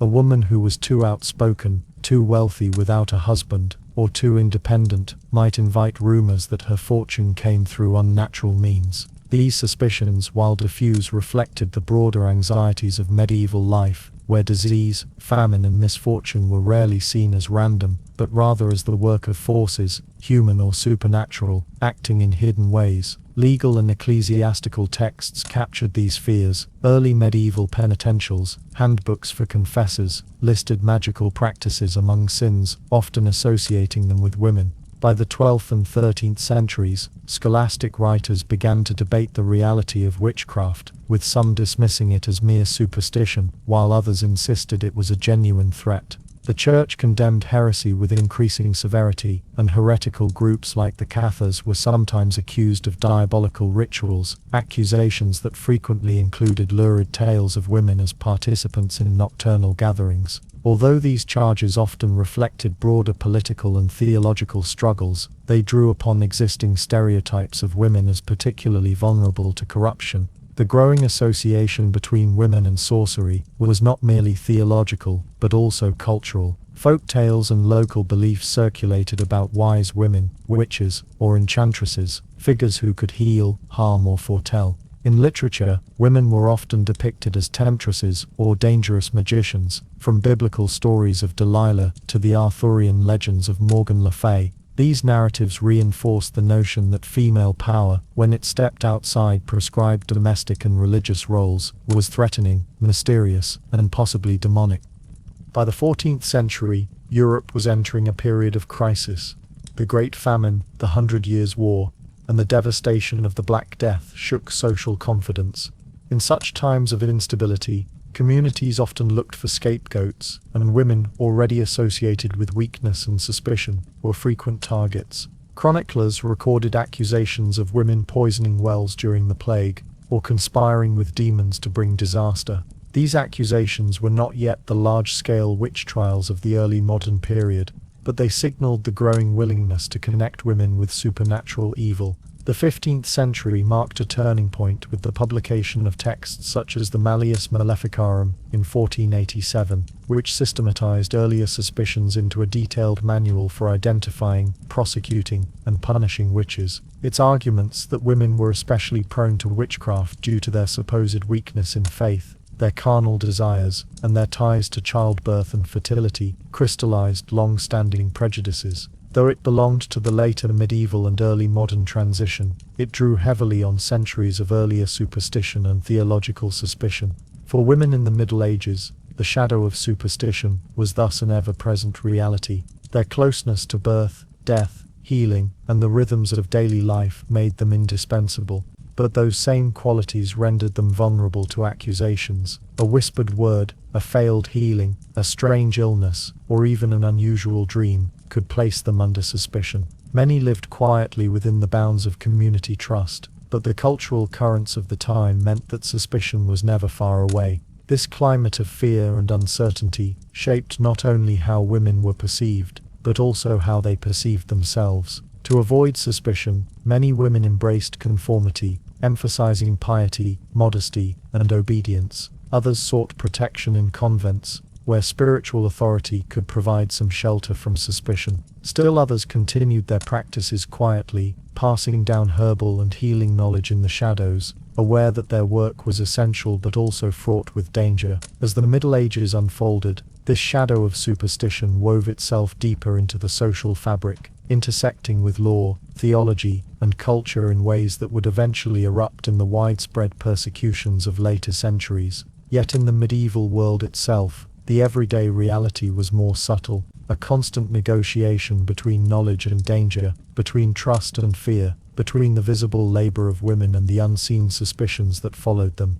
And it was within this climate of suspicion and restraint that some women nonetheless found pathways to influence, shaping politics and culture from behind the scenes. Their presence in courts, as queens, regents, or consorts, reveals another dimension of women's medieval experience, not just as healers or accused witches, but as figures whose subtle power could bend the fate of kingdoms. The shadow of superstition and suspicion that hovered over women in villages, households, and convents contrasted sharply with the corridors of power occupied by queens, consorts, and regents. While the majority of women navigated lives bounded by law, custom, and fear, some women rose to positions of extraordinary influence, stepping into roles where their decisions shaped not only households or estates, but entire kingdoms. These women operated within a complex lattice of expectation, obligation, and constraint, their authority both real and circumscribed, their every action scrutinized through lenses of gender,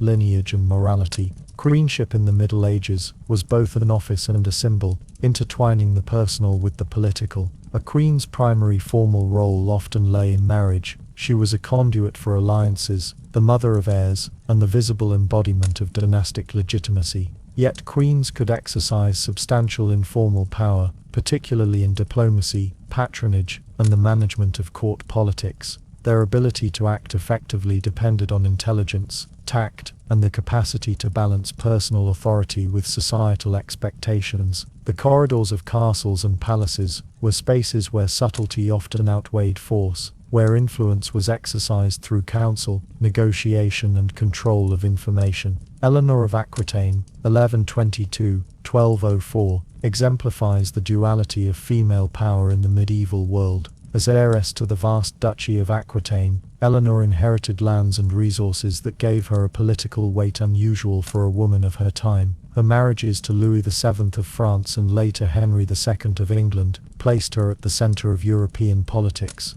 Eleanor navigated the constraints of queenship with remarkable skill. She mediated disputes, managed estates, and supported the arts, all while producing heirs whose legitimacy was crucial to dynastic continuity. Yet her influence was never unchecked. it existed in tension with the expectations of obedience, piety and loyalty demanded by kings, clergy and nobles alike. Eleanor's life illustrates how power for women was always mediated, contingent upon alliances, marriage, and the perception of propriety. In Spain, Isabella of Castile, 1451-1504, provides another striking example of queenship combined with decisive political action. Isabella's ascension to the throne, alongside Ferdinand of Aragon, unified significant territories and laid the foundation for the modern Spanish state. Her authority extended beyond ceremonial roles. She enacted legal reforms, reorganized royal administration, and pursued religious policies that shaped the kingdom for generations. Isabella's example demonstrates how medieval queens could wield influence formally and substantively, yet always in a context where her power was intertwined with the husband, the court, and the expectations of gender. Her authority was legitimized not only through inheritance and marriage, but also through careful cultivation of image, piety and patronage. Queenship also intersected with regency, a role that afforded women formal authority when male heirs were minors. Regency allowed women to act as de facto rulers, issuing charters, overseeing armies, and negotiating alliances. Yet this authority was typically temporary, dependent upon the minority of sons or the incapacity of husbands, and it was always subject to challenge by male relatives or political factions.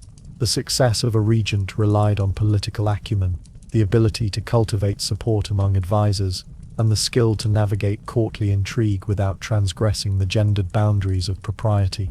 A regent's power was both visible and circumscribed. She could govern, but she had to govern in ways that emphasized continuity, loyalty, and the eventual transition to male authority. Beyond formal positions, noblewomen exerted influence in subtler ways. Patronage of art, literature, and religious institutions allowed them to shape culture and reputation, while correspondence and counsel provided channels for political engagement. Noblewomen often mediated between factions, intervened in disputes, and acted as conduits of information, performing vital functions in a courtly ecosystem where alliances and perception determined outcomes. Their influence was relational and performative, dependent upon networks, persuasion, and the careful cultivation of respect. Even the most powerful women, like Eleanor or Isabella, operated in this delicate balance, navigating both the potential and the limits of their authority. The exercise of power by queens and regents was not merely a matter of personal ambition. It reflected the broader structural constraints and opportunities of medieval society.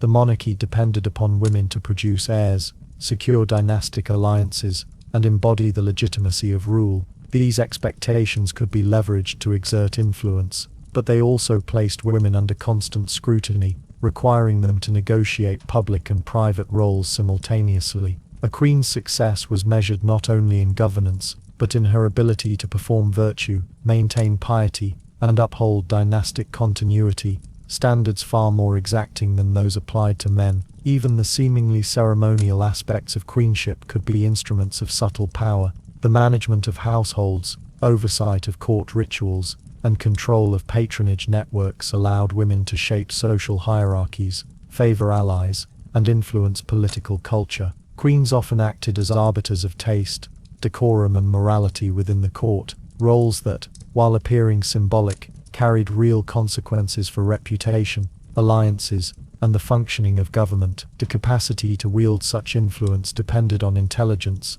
patience, and the understanding that power was exercised not only through edicts but also through presence, perception, and persuasion. The lives of these women reveal the interweaving of opportunity and constraint, showing that medieval queenship offered paths to authority, while simultaneously binding women within expectations of obedience, piety, and motherhood. Their influence was real, sometimes decisive, but always negotiated within the strictures of social norms. Queens like Eleanor of Aquitaine and Isabella of Castile demonstrate that power for women in the Middle Ages was rarely absolute, yet when wielded wisely, it could be enduring and transformative, leaving legacies that persisted long after their deaths. And as these women navigated the delicate balance of visibility and authority, the lives of ordinary women continued in parallel, shaped by daily labor, family obligations and social expectations. The contrast between the extraordinary influence of queens and the constrained worlds of peasant and noble women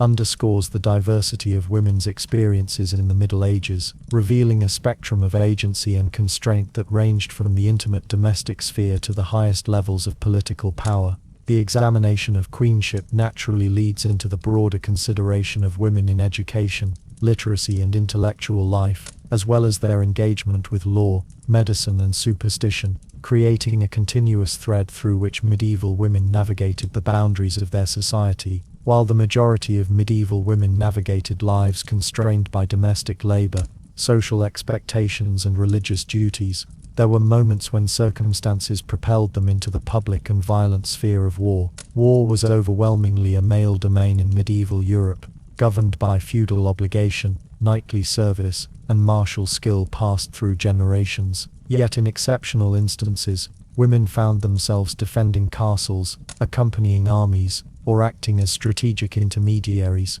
These moments, though uncommon, were significant, revealing the permeability of societal norms when necessity demanded, and leaving legacies that endured in chronicles, literature, and memory. Women's presence in warfare often arose from the defense of their own homes or territories. Noble women, whose husbands were away on campaigns or deceased, sometimes assumed responsibility for the protection of estates. They managed garrisons, organized provisions and coordinated defenses against siege. Chronicles from the 12th and 13th centuries provide accounts of such women holding castles against attackers, negotiating truces, or rallying troops. Their involvement was framed not as the pursuit of personal glory, but as a duty to family, inheritance, and the continuity of the household.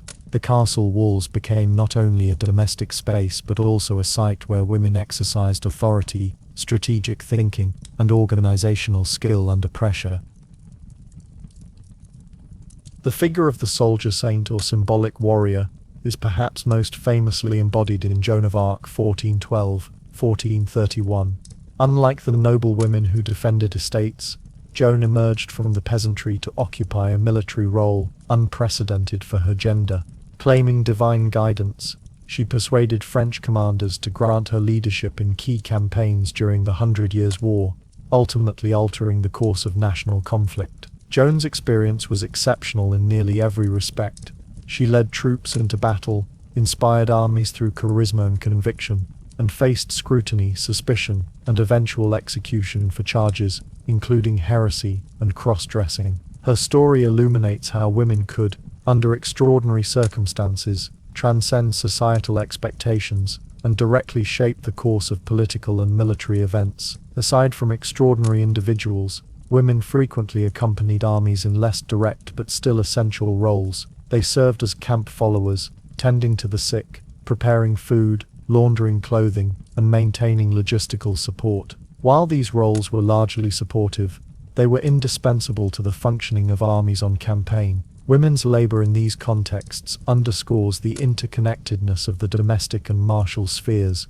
Even in war, the skills cultivated in household management, cooking and healing became central to survival and effectiveness on the battlefield. Women's participation in sieges, or military defense, often required both tactical acumen and psychological resilience. They managed provisions during blockades, reinforced fortifications, and organized defenders in the absence of trained soldiers. Chronicles sometimes record women hurling stones from battlements, encouraging troops, or negotiating surrender, demonstrating how authority could emerge in critical moments. Such actions were recognized by contemporaries as extraordinary precisely because they transgressed gender norms, yet they were tolerated, or even celebrated, when framed as protective or dutiful. The literary and symbolic construction of women in warfare also contributed to medieval perceptions of female capability and heroism. Chronicles, epic poetry, and later historical narratives often emphasized the exceptionalism of women who acted in war,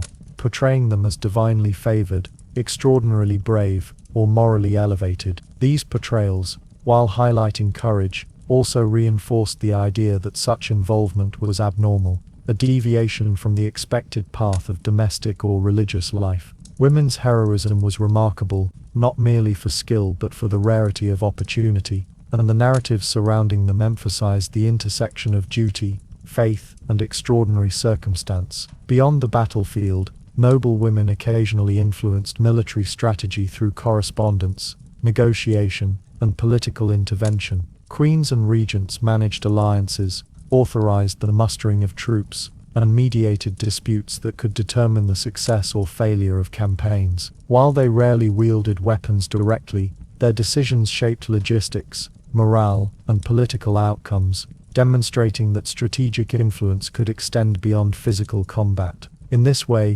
women's engagement with conflict was both direct and indirect, visible in dramatic episodes of defense and subtle in administrative or diplomatic activity. It is important to note, however, that such involvement was highly exceptional and context-dependent. The overwhelming majority of medieval women remained confined to domestic, agricultural or clerical spheres, and societal structures often discouraged or prohibited women from engaging in warfare. Legal codes, ecclesiastical writings and social norms reinforced the perception that combat was a male domain, with female involvement tolerated only under extraordinary necessity. Even celebrated figures like Joan of Arc faced criticism, and ultimately, fatal consequences for transgressing these boundaries, highlighting the precariousness of female agency in martial contexts. Nevertheless, these episodes of engagement with war reveal the complex spectrum of medieval women's lives. From the quiet organization of a household under threat to the bold leadership of a national campaign, women could occupy spaces of authority and action that intersected with the most public and dangerous realms of their society. The exceptional visibility of such women contrasts with their ordinary invisibility, yet it also provides enduring testimony to their capacity for leadership, resilience, and courage under circumstances that demanded it. In reflecting on women in war, one also observes the interplay between societal expectations and individual opportunity. Military engagement, whether direct or supportive, required negotiation between gendered norms and practical necessity. Women's capacity to act effectively often depended on social legitimacy, lineage, and perception. Their actions were framed as temporary extensions of duty, rather than permanent alterations of societal hierarchy, yet they demonstrate that even in rigidly patriarchal structures, women could assert agency when circumstances allowed. From the defense of castles to the accompaniment of armies, from the battlefield heroics of Joan of Arc to the administrative influence of regents and queens, medieval warfare illustrates both the limitations and the possibilities of women's lives. These narratives of courage, resilience, and strategic acumen complement the broader patterns of influence explored in political, educational, and religious spheres, revealing the multifaceted roles women could occupy. As we move forward from the extraordinary moments of martial engagement, the story returns to the daily realities of economic, domestic, and creative life, where women shaped culture, economy, and spirituality in less visible, but no less consequential ways. The Middle Ages is often imagined as a world dominated by men in positions of power, scholarship, and artistic production, yet women, both noble and non-noble, played a vital role in shaping the culture of the period, contributing to literature, music, and visual arts in ways that were often quiet, indirect, or collaborative, yet no less meaningful. These contributions were both practical and symbolic, rooted in education, piety, social expectation, and patronage, and they illuminate a dimension of medieval life where women could exercise influence and creativity, even within the rigid confines of societal norms. Literature provides one of the clearest arenas in which women left their mark. While literacy rates were generally low and formal education restricted, some women, particularly those in noble households or convents, acquired the skills necessary to read and write. This literacy allowed them to engage with texts, compose poetry, and participate in the intellectual culture of the court. Among the most celebrated examples is Christine de Pizan, 1364-1430, a French poet and author, who produced works defending women's intellectual capacities, documenting history, and composing allegorical literature. Christine's writings reveal a sophisticated understanding of political and social structures, and her ability to engage with contemporary debates on morality, power, and gender demonstrates the intellectual contributions of women beyond the domestic sphere. In the courts of southern France and northern Italy, the culture of the troubadours offered another avenue for women's participation in literary life. Noble women were often the subjects of poetic homage, celebrated for their beauty, virtue, and refinement, yet they also acted as patrons, commissioning works and occasionally composing verses themselves.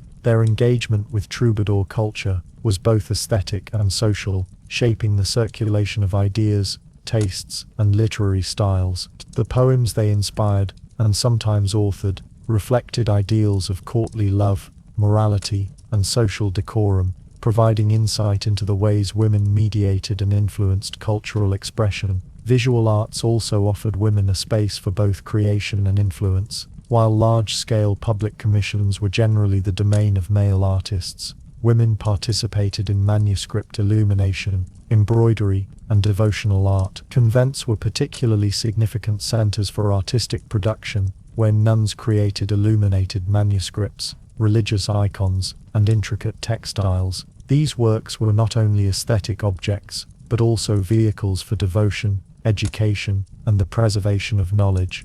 Women's artistic labor in these contexts was both practical, supporting the spiritual life of the community, and symbolic, asserting the intellectual and creative capacity of their creators. Music, too, was shaped by women, particularly within the courts and convents. Noble women often received musical education, learning to sing, play instruments, and appreciate the performance of songs. They acted as patrons for composers, commissioning music for celebrations, religious ceremonies, and private enjoyment. In convents, music was central to daily spiritual practice, with nuns performing chants, hymns, and polyphonic compositions that contributed to the broader musical culture of the period. Women's involvement in music reflects a continuum between private devotion, social expectation, and public influence, highlighting the multifaceted ways in which they engaged with culture. Patronage was a critical avenue through which women exercised artistic and literary influence. Noble women and queens commissioned works of architecture, painting, and literature that conveyed their taste, piety, and status. These commissions were not merely decorative, but also communicative, signaling political alliances, moral authority, and social refinement.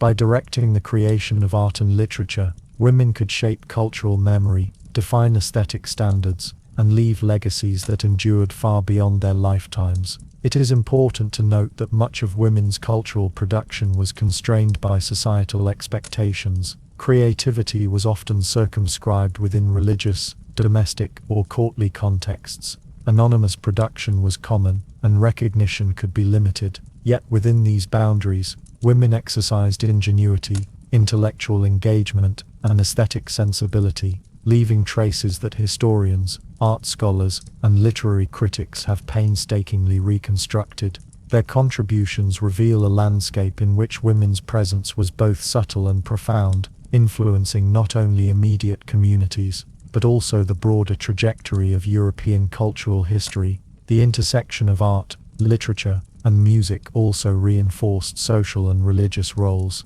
Works produced or commissioned by women often reflected ideals of virtue, morality, and devotion, reinforcing societal norms while simultaneously asserting female presence and authority. In this sense, cultural activity was both a reflection of constraint and a medium through which women negotiated space for influence and self-expression. The aesthetic and intellectual labor of women in these fields complements the political and martial roles previously discussed, highlighting the diverse ways in which medieval women participated in public life, even within a structure that limited their formal authority. This cultural engagement, like participation in politics or war, illustrates the spectrum of medieval women's experiences, from ordinary, often invisible labor in households and communities, to highly visible, influential acts in courts, convents, and artistic circles. Women in art, literature, and music navigated a delicate balance between creativity and expectation,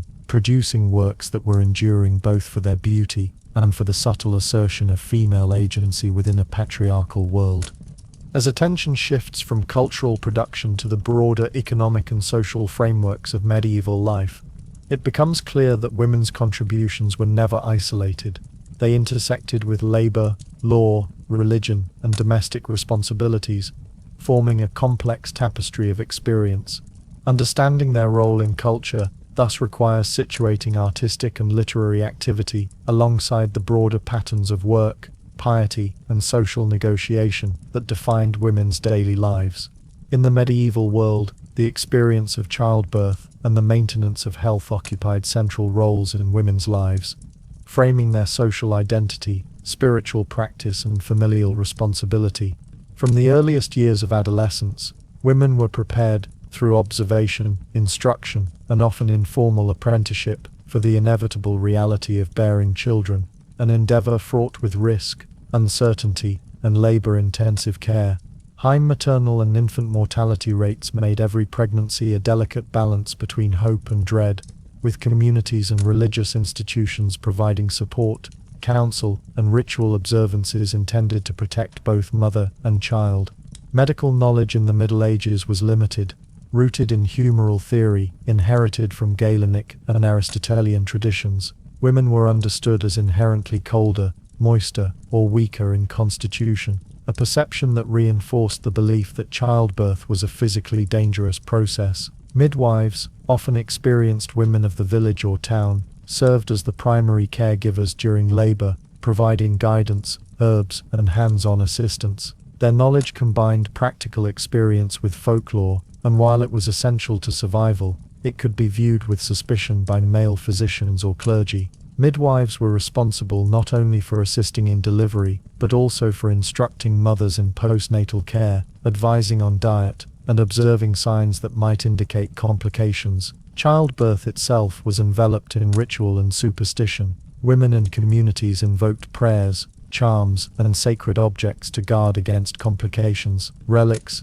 saints' intercessions, and specially prepared prayers were considered protective, and these spiritual practices were intertwined with the physical process. Laboring women might wear talismans, have holy water sprinkled, or be attended by women who recited psalms. The convergence of spiritual and practical care reflects the pervasive medieval understanding that health and danger were interlinked with both natural and supernatural forces. Maternal mortality was significant, a reality that shaped family structure, inheritance, and community life. The death of a mother during childbirth could disrupt household management, estate continuity, and the upbringing of children. Women who survived multiple pregnancies often bore the physical toll in visible ways: debilitation, chronic illness, or early aging, yet the expectation to continue childbearing remained. Fertility was both a social duty and a marker of identity. Women were valued for their ability to produce heirs, and this expectation persisted across social strata, from peasant women ensuring the survival of a household labor force to noble women securing dynastic continuity. Infant care and survival also consumed considerable attention. Neonatal mortality was high, and practices surrounding feeding, hygiene, and protection were crucial. Breastfeeding was common, though wet nurses were sometimes employed in noble households. Rituals surrounding baptism, naming, and blessing the child underscored the intertwined nature of spiritual belief and practical care. Communities often rallied around pregnant women and new mothers, recognizing both the peril of childbirth and the social importance of continuity through progeny. Health concerns extended beyond childbirth. Women's daily labor, nutritional status, and exposure to disease contributed to vulnerability, and medical advice, when available, was often couched in moral, spiritual, and humoral frameworks. Herbs, poultices, and dietary prescriptions were combined with prayers and ritual observances, creating a holistic but limited system of care. Illness was interpreted not only in physical terms but also as a reflection of divine favor or disfavor, and women's compliance with spiritual and moral expectations was often linked to health outcomes. The social and cultural dimensions of women's health were equally significant. Midwives, healers, and elder women served as repositories of communal knowledge, instructing younger women in safe birthing practices, hygiene, and herbal remedies. This transmission of knowledge was vital for survival, and shaped the intergenerational continuity of skill and wisdom. Yet the very knowledge that empowered women could also provoke suspicion, as associations with herbal remedies, charms or ritual practices sometimes overlapped with fears of witchcraft or maleficence. Women existed in a delicate balance. They were essential for life's continuation, yet their closeness to birth, death and the unseen forces of nature could render them socially vulnerable. The spiritual dimensions of childbirth and health were particularly pronounced. Women were encouraged to approach labor with piety, to pray for safe delivery, and to seek the intercession of saints. Convents sometimes provided guidance through sacred texts, ritual instruction, or medical knowledge preserved in manuscripts. Religious devotion was considered as essential to survival as practical skill, reflecting a worldview in which the physical and spiritual were inseparable. Saints associated with childbirth, such as Saint Margaret or Saint Anne, were invoked, and relics or sacred objects were placed near women in labor. The interplay of faith and practical care illustrates the broader medieval understanding of the body as simultaneously physical, spiritual, and socially embedded. The experience of childbirth and health also intersected with broader gender expectations. Women were judged not only on survival, but on adherence to virtue, patience, and obedience during labor. Pain and endurance were morally framed, and the capacity to fulfill reproductive duties was linked to social value and familial honor. Failure, whether in survival, fertility, or successful childrearing, could carry social consequences, reflecting the intense pressures placed upon women's bodies and agency. In considering the burden of childbirth and health, it becomes clear that women's lives were deeply entwined with cycles of labor, care, and risk. The intimate realities of birth, childrearing, and healing formed the backdrop against which women navigated societal expectations, religious obligations, and personal agency. These experiences, while universal in scope, were mediated by class, status, and geography, with noble women benefiting from resources and attendants, and peasant women relying primarily on community networks and local midwives. Ultimately, the perils and rituals surrounding childbirth and health highlight the resilience, skill, and courage of medieval women. Their lives were continuously negotiated at the intersection of physical vulnerability, social duty, and spiritual expectation, creating a complex landscape in which survival, morality, and identity were inseparable. This reality of daily labor, risk, and care seamlessly transitions into considerations of legal and societal structures that further constrained or guided women's lives, illuminating the interplay between physical experience and institutional control. In the medieval world, clothing was never merely a utilitarian matter.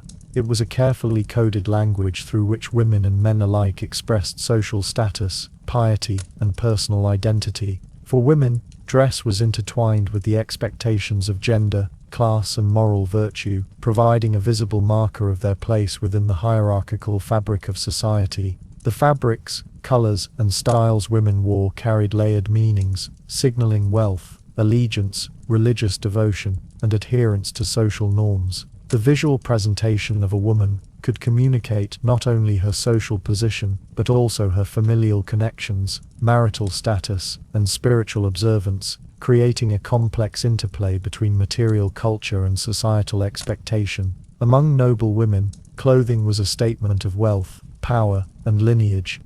Gowns were often constructed from expensive materials such as silk, velvet, and fine wool, dyed in colors that were sometimes legally restricted to specific social ranks. Bright, saturated hues such as deep blues, reds, and purples denoted prestige, while more muted tones suggested humility or mourning. Fabrics were cut and layered to accentuate social rank, with intricate embroidery, pearls, and metallic threads marking both fashion and status. The wearing of fur, particularly in Northern Europe, conveyed affluence and social authority, while accessories like jeweled belts, brooches, and elaborate headdresses signaled sophistication and familial prominence. These sartorial choices were carefully regulated, codified in sumptuary laws that dictated who could wear what, when and how, ensuring that clothing maintained the visual hierarchy of medieval society. Veiling was one of the most significant markers of piety, femininity, and social status. Noble women were expected to cover their hair in public,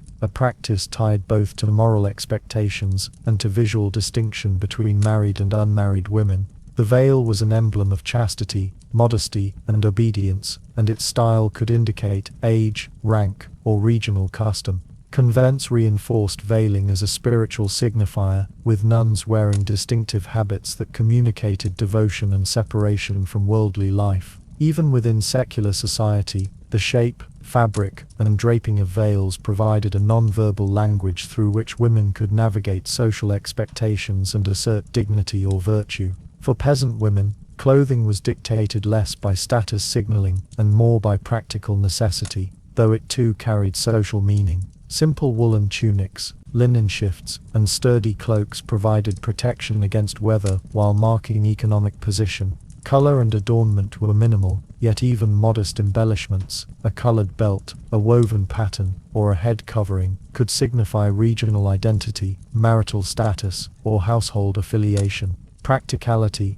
durability, and ease of movement shaped daily attire, reflecting the unceasing labor of women in fields, homes, and workshops. Yet even these garments operated within the symbolic framework of modesty, propriety, and community expectations. Children and young women experienced clothing as a marker of family ambition and social positioning. From infancy, garments signaled household status and virtue, and as girls matured, attire reflected impending adulthood, marital eligibility, and alignment with religious or moral expectations. Clothing became a stage upon which the performance of femininity, social grace, and propriety was enacted, reinforcing broader societal structures through visual cues. The education of young women in etiquette and presentation often included instruction in dress, jewelry, and grooming, highlighting the role of appearance in navigating social relationships and ensuring familial reputation. Religious symbolism in dress further enriched the semiotics of medieval clothing. Colors, materials, and styles were imbued with spiritual meaning. Blue, often associated with the Virgin Mary, signaled purity and devotion, while certain fabrics or adornments were prohibited by religious norms to encourage humility. Women who engaged in charitable work or religious observance often adopted simplified attire that communicated piety and social responsibility, distinguishing them from secular fashion while participating in broader cultural symbolism. Religious and moral ideals shaped both expectation and self-presentation, linking the visible body to spiritual virtue in ways that pervaded everyday life. Fashion also served as a form of subtle negotiation and agency. Within the constraints of law, expectation, and available materials, women could express individuality, familial allegiance, or personal taste. The careful selection of fabrics, colors, and accessories allowed for creativity and self-expression within socially permissible bounds, demonstrating that clothing was simultaneously restrictive and liberating.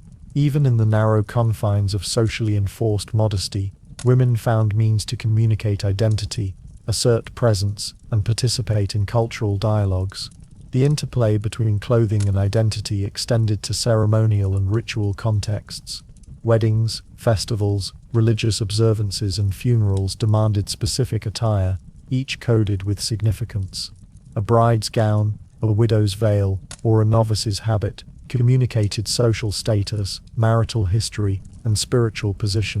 These garments were imbued with layers of meaning understood by the community, reinforcing norms while allowing women to embody specific roles. Through dress, women navigated social expectations, signaling compliance, status, and aspiration, while visually inscribing themselves within the temporal and spiritual hierarchies of medieval life.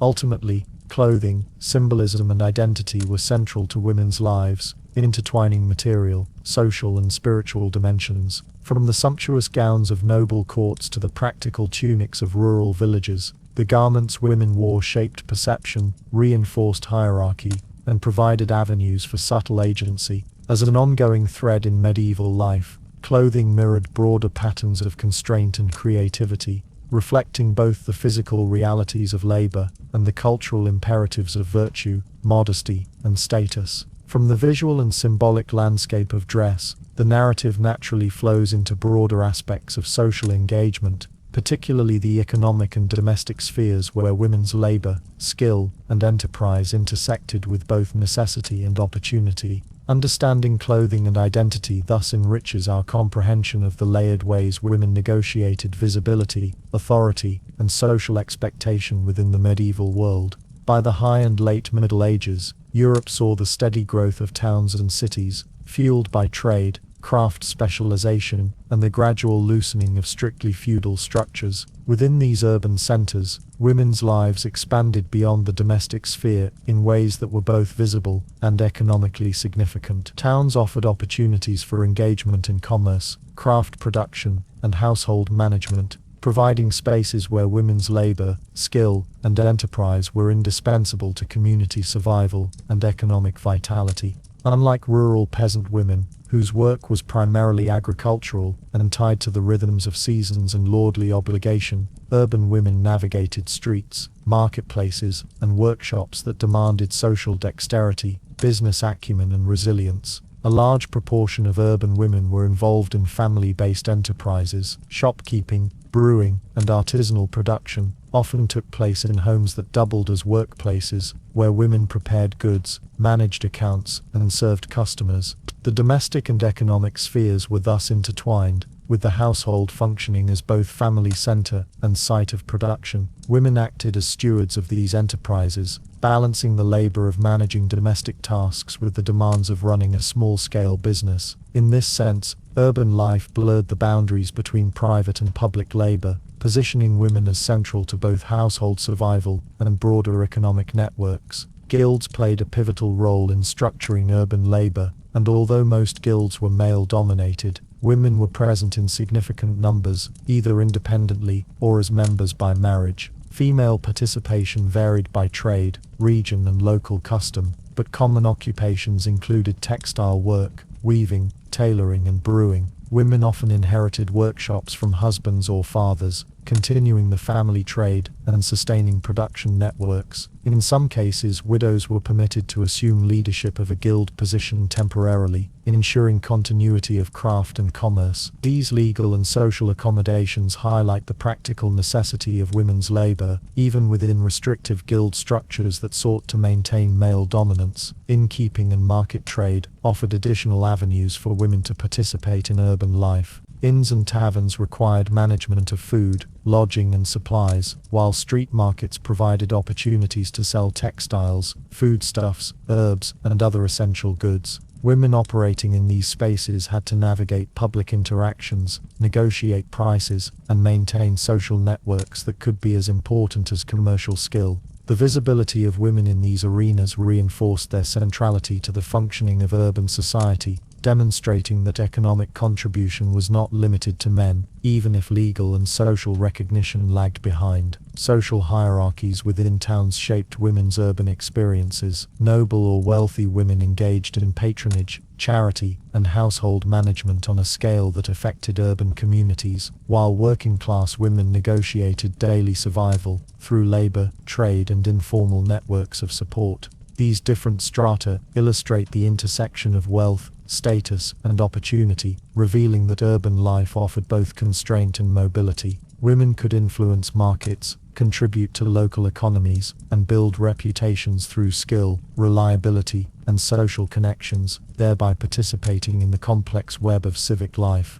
Education and literacy, though limited, enhanced some women's ability to participate in urban commerce. Women involved in bookkeeping, account management, or correspondence required reading and writing skills, which were occasionally acquired through convent education, apprenticeship, or family instruction. Literacy enabled women to negotiate contracts, manage debts, and maintain records, giving them a practical form of agency that extended beyond physical labor. The combination of skill, labor, and literacy provided a foundation for women to exercise influence in an urban context that was dynamic, competitive, and socially visible. Religious life continued to intersect with urban activity, as women participated in charitable organizations, hospitals, and confraternities. These institutions often relied on female labor for care of the poor, sick, or elderly, blending economic, social, and spiritual responsibilities. Women's work in these domains was essential to the civic infrastructure of towns, reinforcing social cohesion and moral norms, while providing them with opportunities to assert authority and visibility in public spaces. Even in labor-intensive or service-oriented roles, women could shape urban culture, moral expectations, and communal well-being. Urban women's experiences were also affected by regulation and legal constraints. Town ordinances, guild statutes, and civic rules could restrict the types of work women performed, limit commercial autonomy, or dictate proper behavior in public. Yet these same structures sometimes provided protections, such as inheritance of workshops, regulation of apprenticeships, and recognition of widows' rights to continue family trade.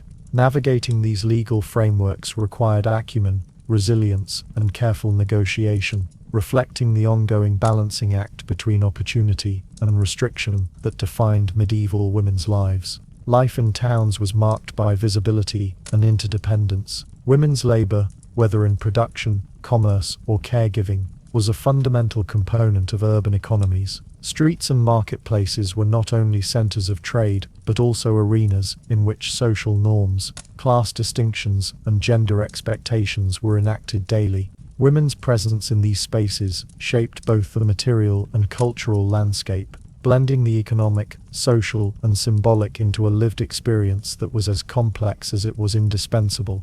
Through urban labor and household management, women contributed to the rhythm of city life, ensuring the movement of goods, the care of families, and the continuity of community. Their participation demonstrates a continuity from the domestic and rural labor previously discussed, while also highlighting the expanding opportunities and challenges posed by the urban environment. These experiences, like those in the rural and noble spheres, reflect both the constraints of patriarchal society and the ways in which women navigated, adapted, and asserted agency within it. The bustling streets, marketplaces, and workshops of medieval towns thus form the backdrop for understanding the broader societal roles of women. Their presence in commerce, craft, and civic life complements previous discussions of domestic labor, religious practice, and cultural contribution, revealing a multi-dimensional portrait of women's agency and resilience. From these economic foundations, the narrative naturally transitions into the spiritual and social roles women continue to play, including religious life beyond the convent, lay piety, and participation in community rituals, which shaped identity and influence in less material, but equally significant ways. The mid-14th century brought an unprecedented catastrophe to Europe, the consequences of which reshaped the lives of all its inhabitants. The Black Death, arriving around 1347, swept with relentless speed across cities, towns, and countryside alike, decimating populations and creating a profound social, economic, and psychological upheaval. For women, the plague's consequences were multifaceted, presenting both new opportunities and intensified vulnerabilities. The demographic collapse disrupted established labor hierarchies, altered household structures, and forced communities to confront mortality and survival in stark, immediate terms, revealing the delicate interconnection between gender, labor, and social expectation. Prior to the plague, labor was structured according to rigid social hierarchies, with peasants, artisans, and urban workers occupying prescribed roles that were reinforced by custom, feudal obligation, and economic regulation. Women's labor was often circumscribed, whether in fields, households, workshops, or marketplaces, and opportunities for autonomy were limited. However, the sudden reduction in population caused by the plague produced a severe shortage of workers, leading to unprecedented demand for labor in both rural and urban spheres. Fields needed tending, markets required restocking, and households demanded maintenance, creating openings for women to take on roles that had previously been closed or strongly discouraged. Noble estates and peasant households alike relied on women to perform critical functions, from agricultural work to craft production, often in positions of responsibility previously reserved for men. In rural areas, women assumed greater control over agricultural operations, with many men dead or incapacitated. Widows or surviving wives managed estates, supervised laborers, and handled transactions that ensured the continuity of food production. These responsibilities required both practical skill and decision-making authority, granting women a form of agency rarely accessible under normal feudal conditions. At the same time, these roles exposed women to pressures and scrutiny. They were expected to sustain productivity, maintain social order, and uphold familial and communal obligations, balancing survival with the moral and social norms imposed by neighbors, clergy, and lords. Urban women experienced a similar transformation. Shops, workshops, and markets were often left understaffed, creating openings for women to engage directly in commerce, production, and service provision. Widows of craftsmen frequently inherited their husbands' workshops, continuing production and negotiating guild regulations, while unmarried women and daughters contributed labor in households and markets that required replenishment of goods. These opportunities fostered a degree of economic independence, enabling women to exercise financial and managerial authority in contexts that had previously limited them. Yet, this empowerment existed alongside new forms of vulnerability, as scarcity and social anxiety heightened the risk of exploitation, legal disputes, or communal blame. The psychological impact of the plague on women's roles was equally significant. As caregivers, women were on the front lines of responding to illness, tending the sick, preparing bodies for burial, and sustaining communities under conditions of fear and grief. Their labor was physically exhausting and emotionally draining, often compounded by the absence of trained medical practitioners or effective treatments.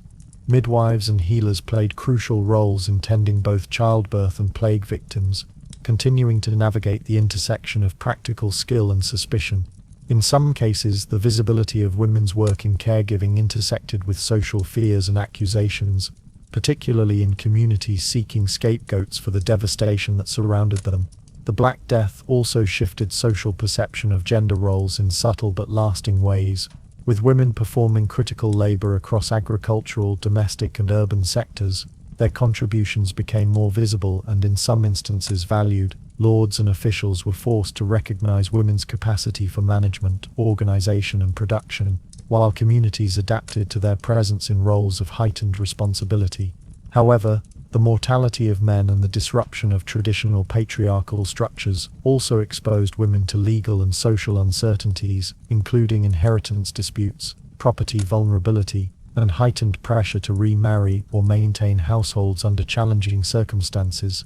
Mortality itself was an omnipresent factor shaping women's lives during and after the plague. The loss of husbands, children, and relatives left women to navigate grief alongside practical responsibilities, reinforcing the intertwining of emotional labor with social and economic roles. Widows, in particular, occupied a liminal space, legally recognized as heads of households, often with property and economic rights, yet socially scrutinized for independence and morality. The necessity of survival compelled women into positions of authority and visibility, illustrating both resilience and the persistent fragility of status in a society deeply structured by gendered expectations. Religious interpretation of the plague also affected women's lives. Many communities interpreted the Black Death as divine punishment, prompting heightened piety, ritual observance, and sometimes persecution of perceived sinners or outsiders. Women's roles in devotional practice, charity, and spiritual leadership, whether formally in convents or informally within lay communities, became intensified.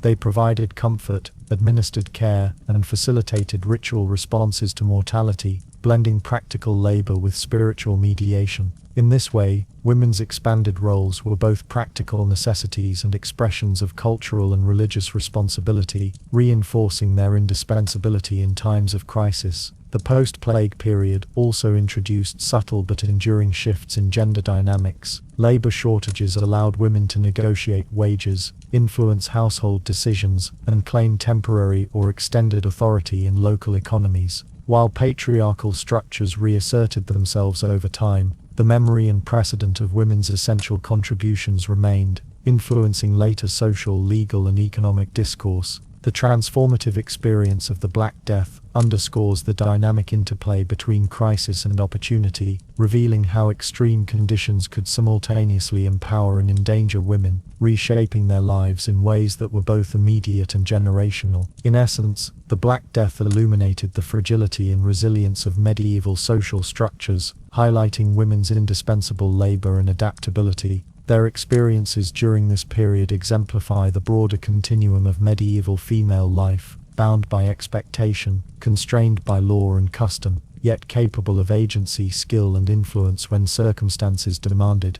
The shift in roles, visibility, and responsibility caused by the plague forms a natural bridge to discussions of women's involvement in symbolic, political, and artistic spheres, where influence could extend beyond immediate survival to legacy, authority, and cultural memory. As the 15th century unfolded, Europe experienced profound transformations that gradually loosened the tightly woven structures of medieval life, influencing the roles and opportunities available to women. The decline of feudalism, the expansion of towns and commerce, and the early stirrings of Renaissance thought collectively reshaped social dynamics, labor expectations, and cultural life. Women, who had long navigated rigid hierarchies, labor demands, and religious prescriptions, found themselves within a landscape in flux, where old constraints persisted but new avenues, though limited, began to emerge. This period, marked by both continuity and change, provides a lens through which to observe the shifting tides of gender, class, and identity in late medieval society. The decline of feudalism had significant implications for women, particularly in rural and agrarian contexts. As serfdom weakened and labor became more mobile, peasant women experienced subtle shifts in authority and responsibility. With fewer strict obligations to lords and greater opportunity to negotiate labor arrangements, women gained more influence in household decision-making, management of land, and local economic transactions. Widows in particular often controlled property and could engage in contracts, demonstrating practical autonomy that contrasted with earlier, more rigidly feudal circumstances. Nevertheless, these changes were uneven and contingent, shaped by regional variation, local custom, and the persistence of patriarchal norms. Urbanization further altered the social and economic environment for women. Towns expanded, trade intensified, and marketplaces flourished, creating new commercial spaces where women could participate. Women continued to manage shops, inns, and workshops, sometimes independently, sometimes as inheritors of family enterprises. The growth of literacy, mercantile networks, and documentation enabled women to navigate contracts, debts, and business arrangements with increasing sophistication. In this context, the visibility of women's labor was heightened, and their participation became essential to the functioning of urban economies. Yet legal restrictions, guild limitations, and social expectations continued to circumscribe the scope of female activity, ensuring that progress was gradual rather than revolutionary. The intellectual currents of the early Renaissance introduced new conceptual frameworks that subtly affected women's societal perception. Humanism emphasized individual potential and education, prompting debates about the capacity and purpose of women in social, intellectual, and moral life. Figures such as Christine de Pizan and later female scholars articulated visions of women's virtue, intellect, and civic contribution, challenging established notions of innate inferiority and passive domesticity. While these ideas did not immediately dismantle structural constraints, they contributed to an emerging discourse that recognized women's agency and capacity beyond strictly prescribed domestic, religious, or reproductive roles. Cultural and artistic developments also reflected changing conceptions of gender. As patronage expanded and artistic production diversified, women could participate as muses, patrons, and occasionally creators. Noblewomen commissioned manuscripts, artworks, and architectural projects, asserting influence over aesthetic and intellectual domains. Similarly, urban women engaged with literary culture through reading, manuscript production, or sponsorship, linking the material and symbolic dimensions of life to the broader currents of cultural innovation. These opportunities, though still limited to those of status and means, demonstrate the multifaceted ways women could inhabit and shape the late medieval cultural landscape. Religious life retained its central importance, yet patterns of devotion evolved. Lay piety grew, with women participating actively in confraternities, charitable organizations, and spiritual networks outside convent walls. This engagement provided avenues for social visibility, influence, and leadership within the community, complementing domestic and economic responsibilities. At the same time, the gradual humanist critique of rigid ecclesiastical authority and the increased circulation of texts allowed women access to religious, philosophical, and ethical discourse, previously mediated exclusively through male clergy or monastic education. These developments reflected a broader trend in which women navigated emerging structures of power, knowledge, and cultural participation. Marriage, family, and household structures also began to reflect shifting social conditions. The extension of economic and social networks, along with changes in inheritance and property law, allowed some women to exercise influence in managing estates, negotiating dowries, and overseeing familial alliances. The decline of feudal obligation and the rise of more flexible labor arrangements facilitated broader participation in economic life, particularly in towns and smaller estates. Women continued to balance reproductive expectations, household management, and community obligations, yet the context of these responsibilities increasingly intersected with broader economic, social, and intellectual currents. Despite these changes, continuity remained a defining feature of women's lives. Religious obligations, social norms, and patriarchal constraints continued to shape behavior, opportunity, and reputation. Women's labor, both visible and invisible, remained essential to the functioning of households, towns, and social networks. Mortality, illness, and the enduring demands of childbirth maintained the intimate pressures that had characterized medieval life for centuries. The transformations of the late Middle Ages thus represented, not a rupture, but an evolution. Old patterns persisted even as new possibilities emerged, producing a complex interplay between continuity and change. The shifting tides at the end of the Middle Ages illuminate the resilience, adaptability, and persistence of women across social strata. Noble women, urban workers, peasant laborers, widows, and single women each experienced these changes differently, yet all negotiated the intersection of tradition, expectation, and opportunity. Their experiences underscore the ways in which historical processes, economic growth, urbanization, intellectual currents, and social mobility intersected with gender, shaping both lived reality and cultural representation. This transitional period, bridging the medieval and early Renaissance worlds, sets the stage for the final reflections on women's long-term impact and enduring legacy. It demonstrates that while the constraints of medieval society were formidable, women continuously found avenues for influence, resilience, and agency, preparing the ground for future social, cultural, and intellectual developments in the centuries to come. The gradual expansion of visibility, authority, and participation naturally leads into a summative consideration of women's overall contributions, struggles, and enduring presence across the medieval landscape.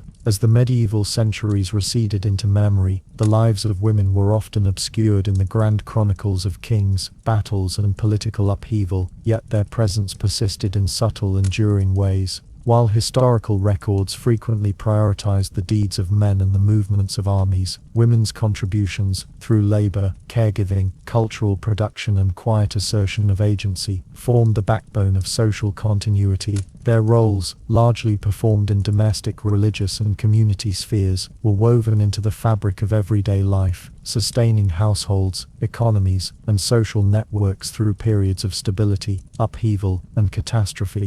The endurance of these contributions, even when unrecorded or undervalued, highlights the significance of women as both participants in and shapers of the medieval world. The remembrance of women in chronicles and historical narratives was selective and often mediated by male perspectives. Queens, noblewomen, and saints occasionally entered written record, celebrated for their piety, political influence, or virtue, while ordinary women, peasants, artisans, widows, and laborers rarely received direct acknowledgement. When they appeared, it was frequently in the context of marriage alliances, childbirth, or association with male authority, emphasizing relational identity over personal accomplishment. Yet, through careful reconstruction of accounts, legal documents, guild records, and municipal archives, historians have recovered glimpses of women's agency, revealing the pervasive impact of their labor and choices on social, economic, and cultural life.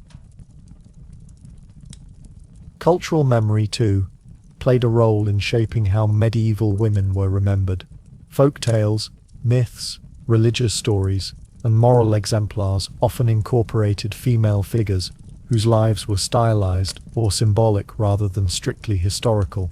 Figures such as Joan of Arc, Hildegard of Bingen, and Eleanor of Aquitaine became touchstones, representing courage, intellect, or spiritual authority, while simultaneously embodying broader cultural anxieties and ideals about women's roles. These narratives reveal how medieval society both celebrated and constrained female influence, highlighting the interplay between recognition and restriction, visibility and marginalization. Art, literature, and music also served as repositories of women's presence. Illuminated manuscripts, devotional texts, and courtly poetry often depicted women as central figures, whether as patrons, subjects, or creators. Even when their labor was invisible, the results: well-tended estates, thriving markets, successful households, charitable foundations, testify to their skill, endurance, and agency. The aesthetic and material traces left behind function as silent testimony to lives lived within constraints, but marked by resilience, ingenuity, and social significance. The endurance of ordinary women's contributions is particularly striking in the context of survival and adaptation. Peasant women sustained agricultural production, raised children, and maintained households through famine, plague, and war. Urban women managed commerce, workshops, and domestic enterprises, ensuring continuity in towns and cities during periods of upheaval. Convent women preserved literacy, knowledge, and spiritual guidance, influencing religious and intellectual life beyond cloistered walls. Across class and geography, women's labor underpinned the functioning of society, often without explicit acknowledgement, yet leaving a lasting imprint on social structures, cultural practices, and collective memory.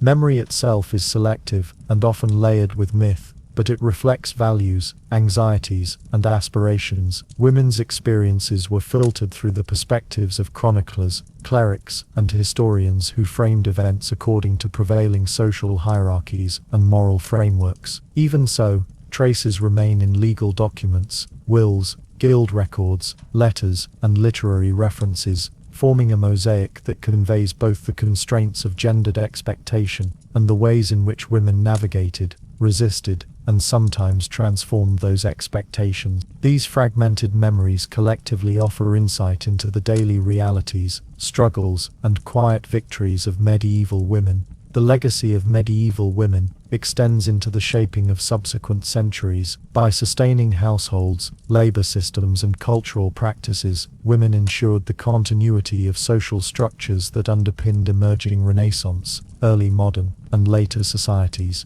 Their participation in economic, religious, and cultural life, though often invisible in grand historical narratives, created foundations upon which later generations built. The memory of their endurance informs modern understanding of social history, gender dynamics, and cultural continuity, offering a window into the lived experience of a world frequently dominated in recorded history by male authority. Ultimately, the story of medieval women is one of quiet resilience, adaptability, and influence. While often unheralded in chronicles, their lives were integral to the functioning and development of medieval society. Through labor, intellectual contribution, spiritual engagement, and social negotiation, women shaped the contours of daily life, the continuity of communities, and the cultural memory that would survive beyond their immediate experience. Their endurance, sometimes celebrated, sometimes overlooked, remains an essential aspect of understanding the medieval world,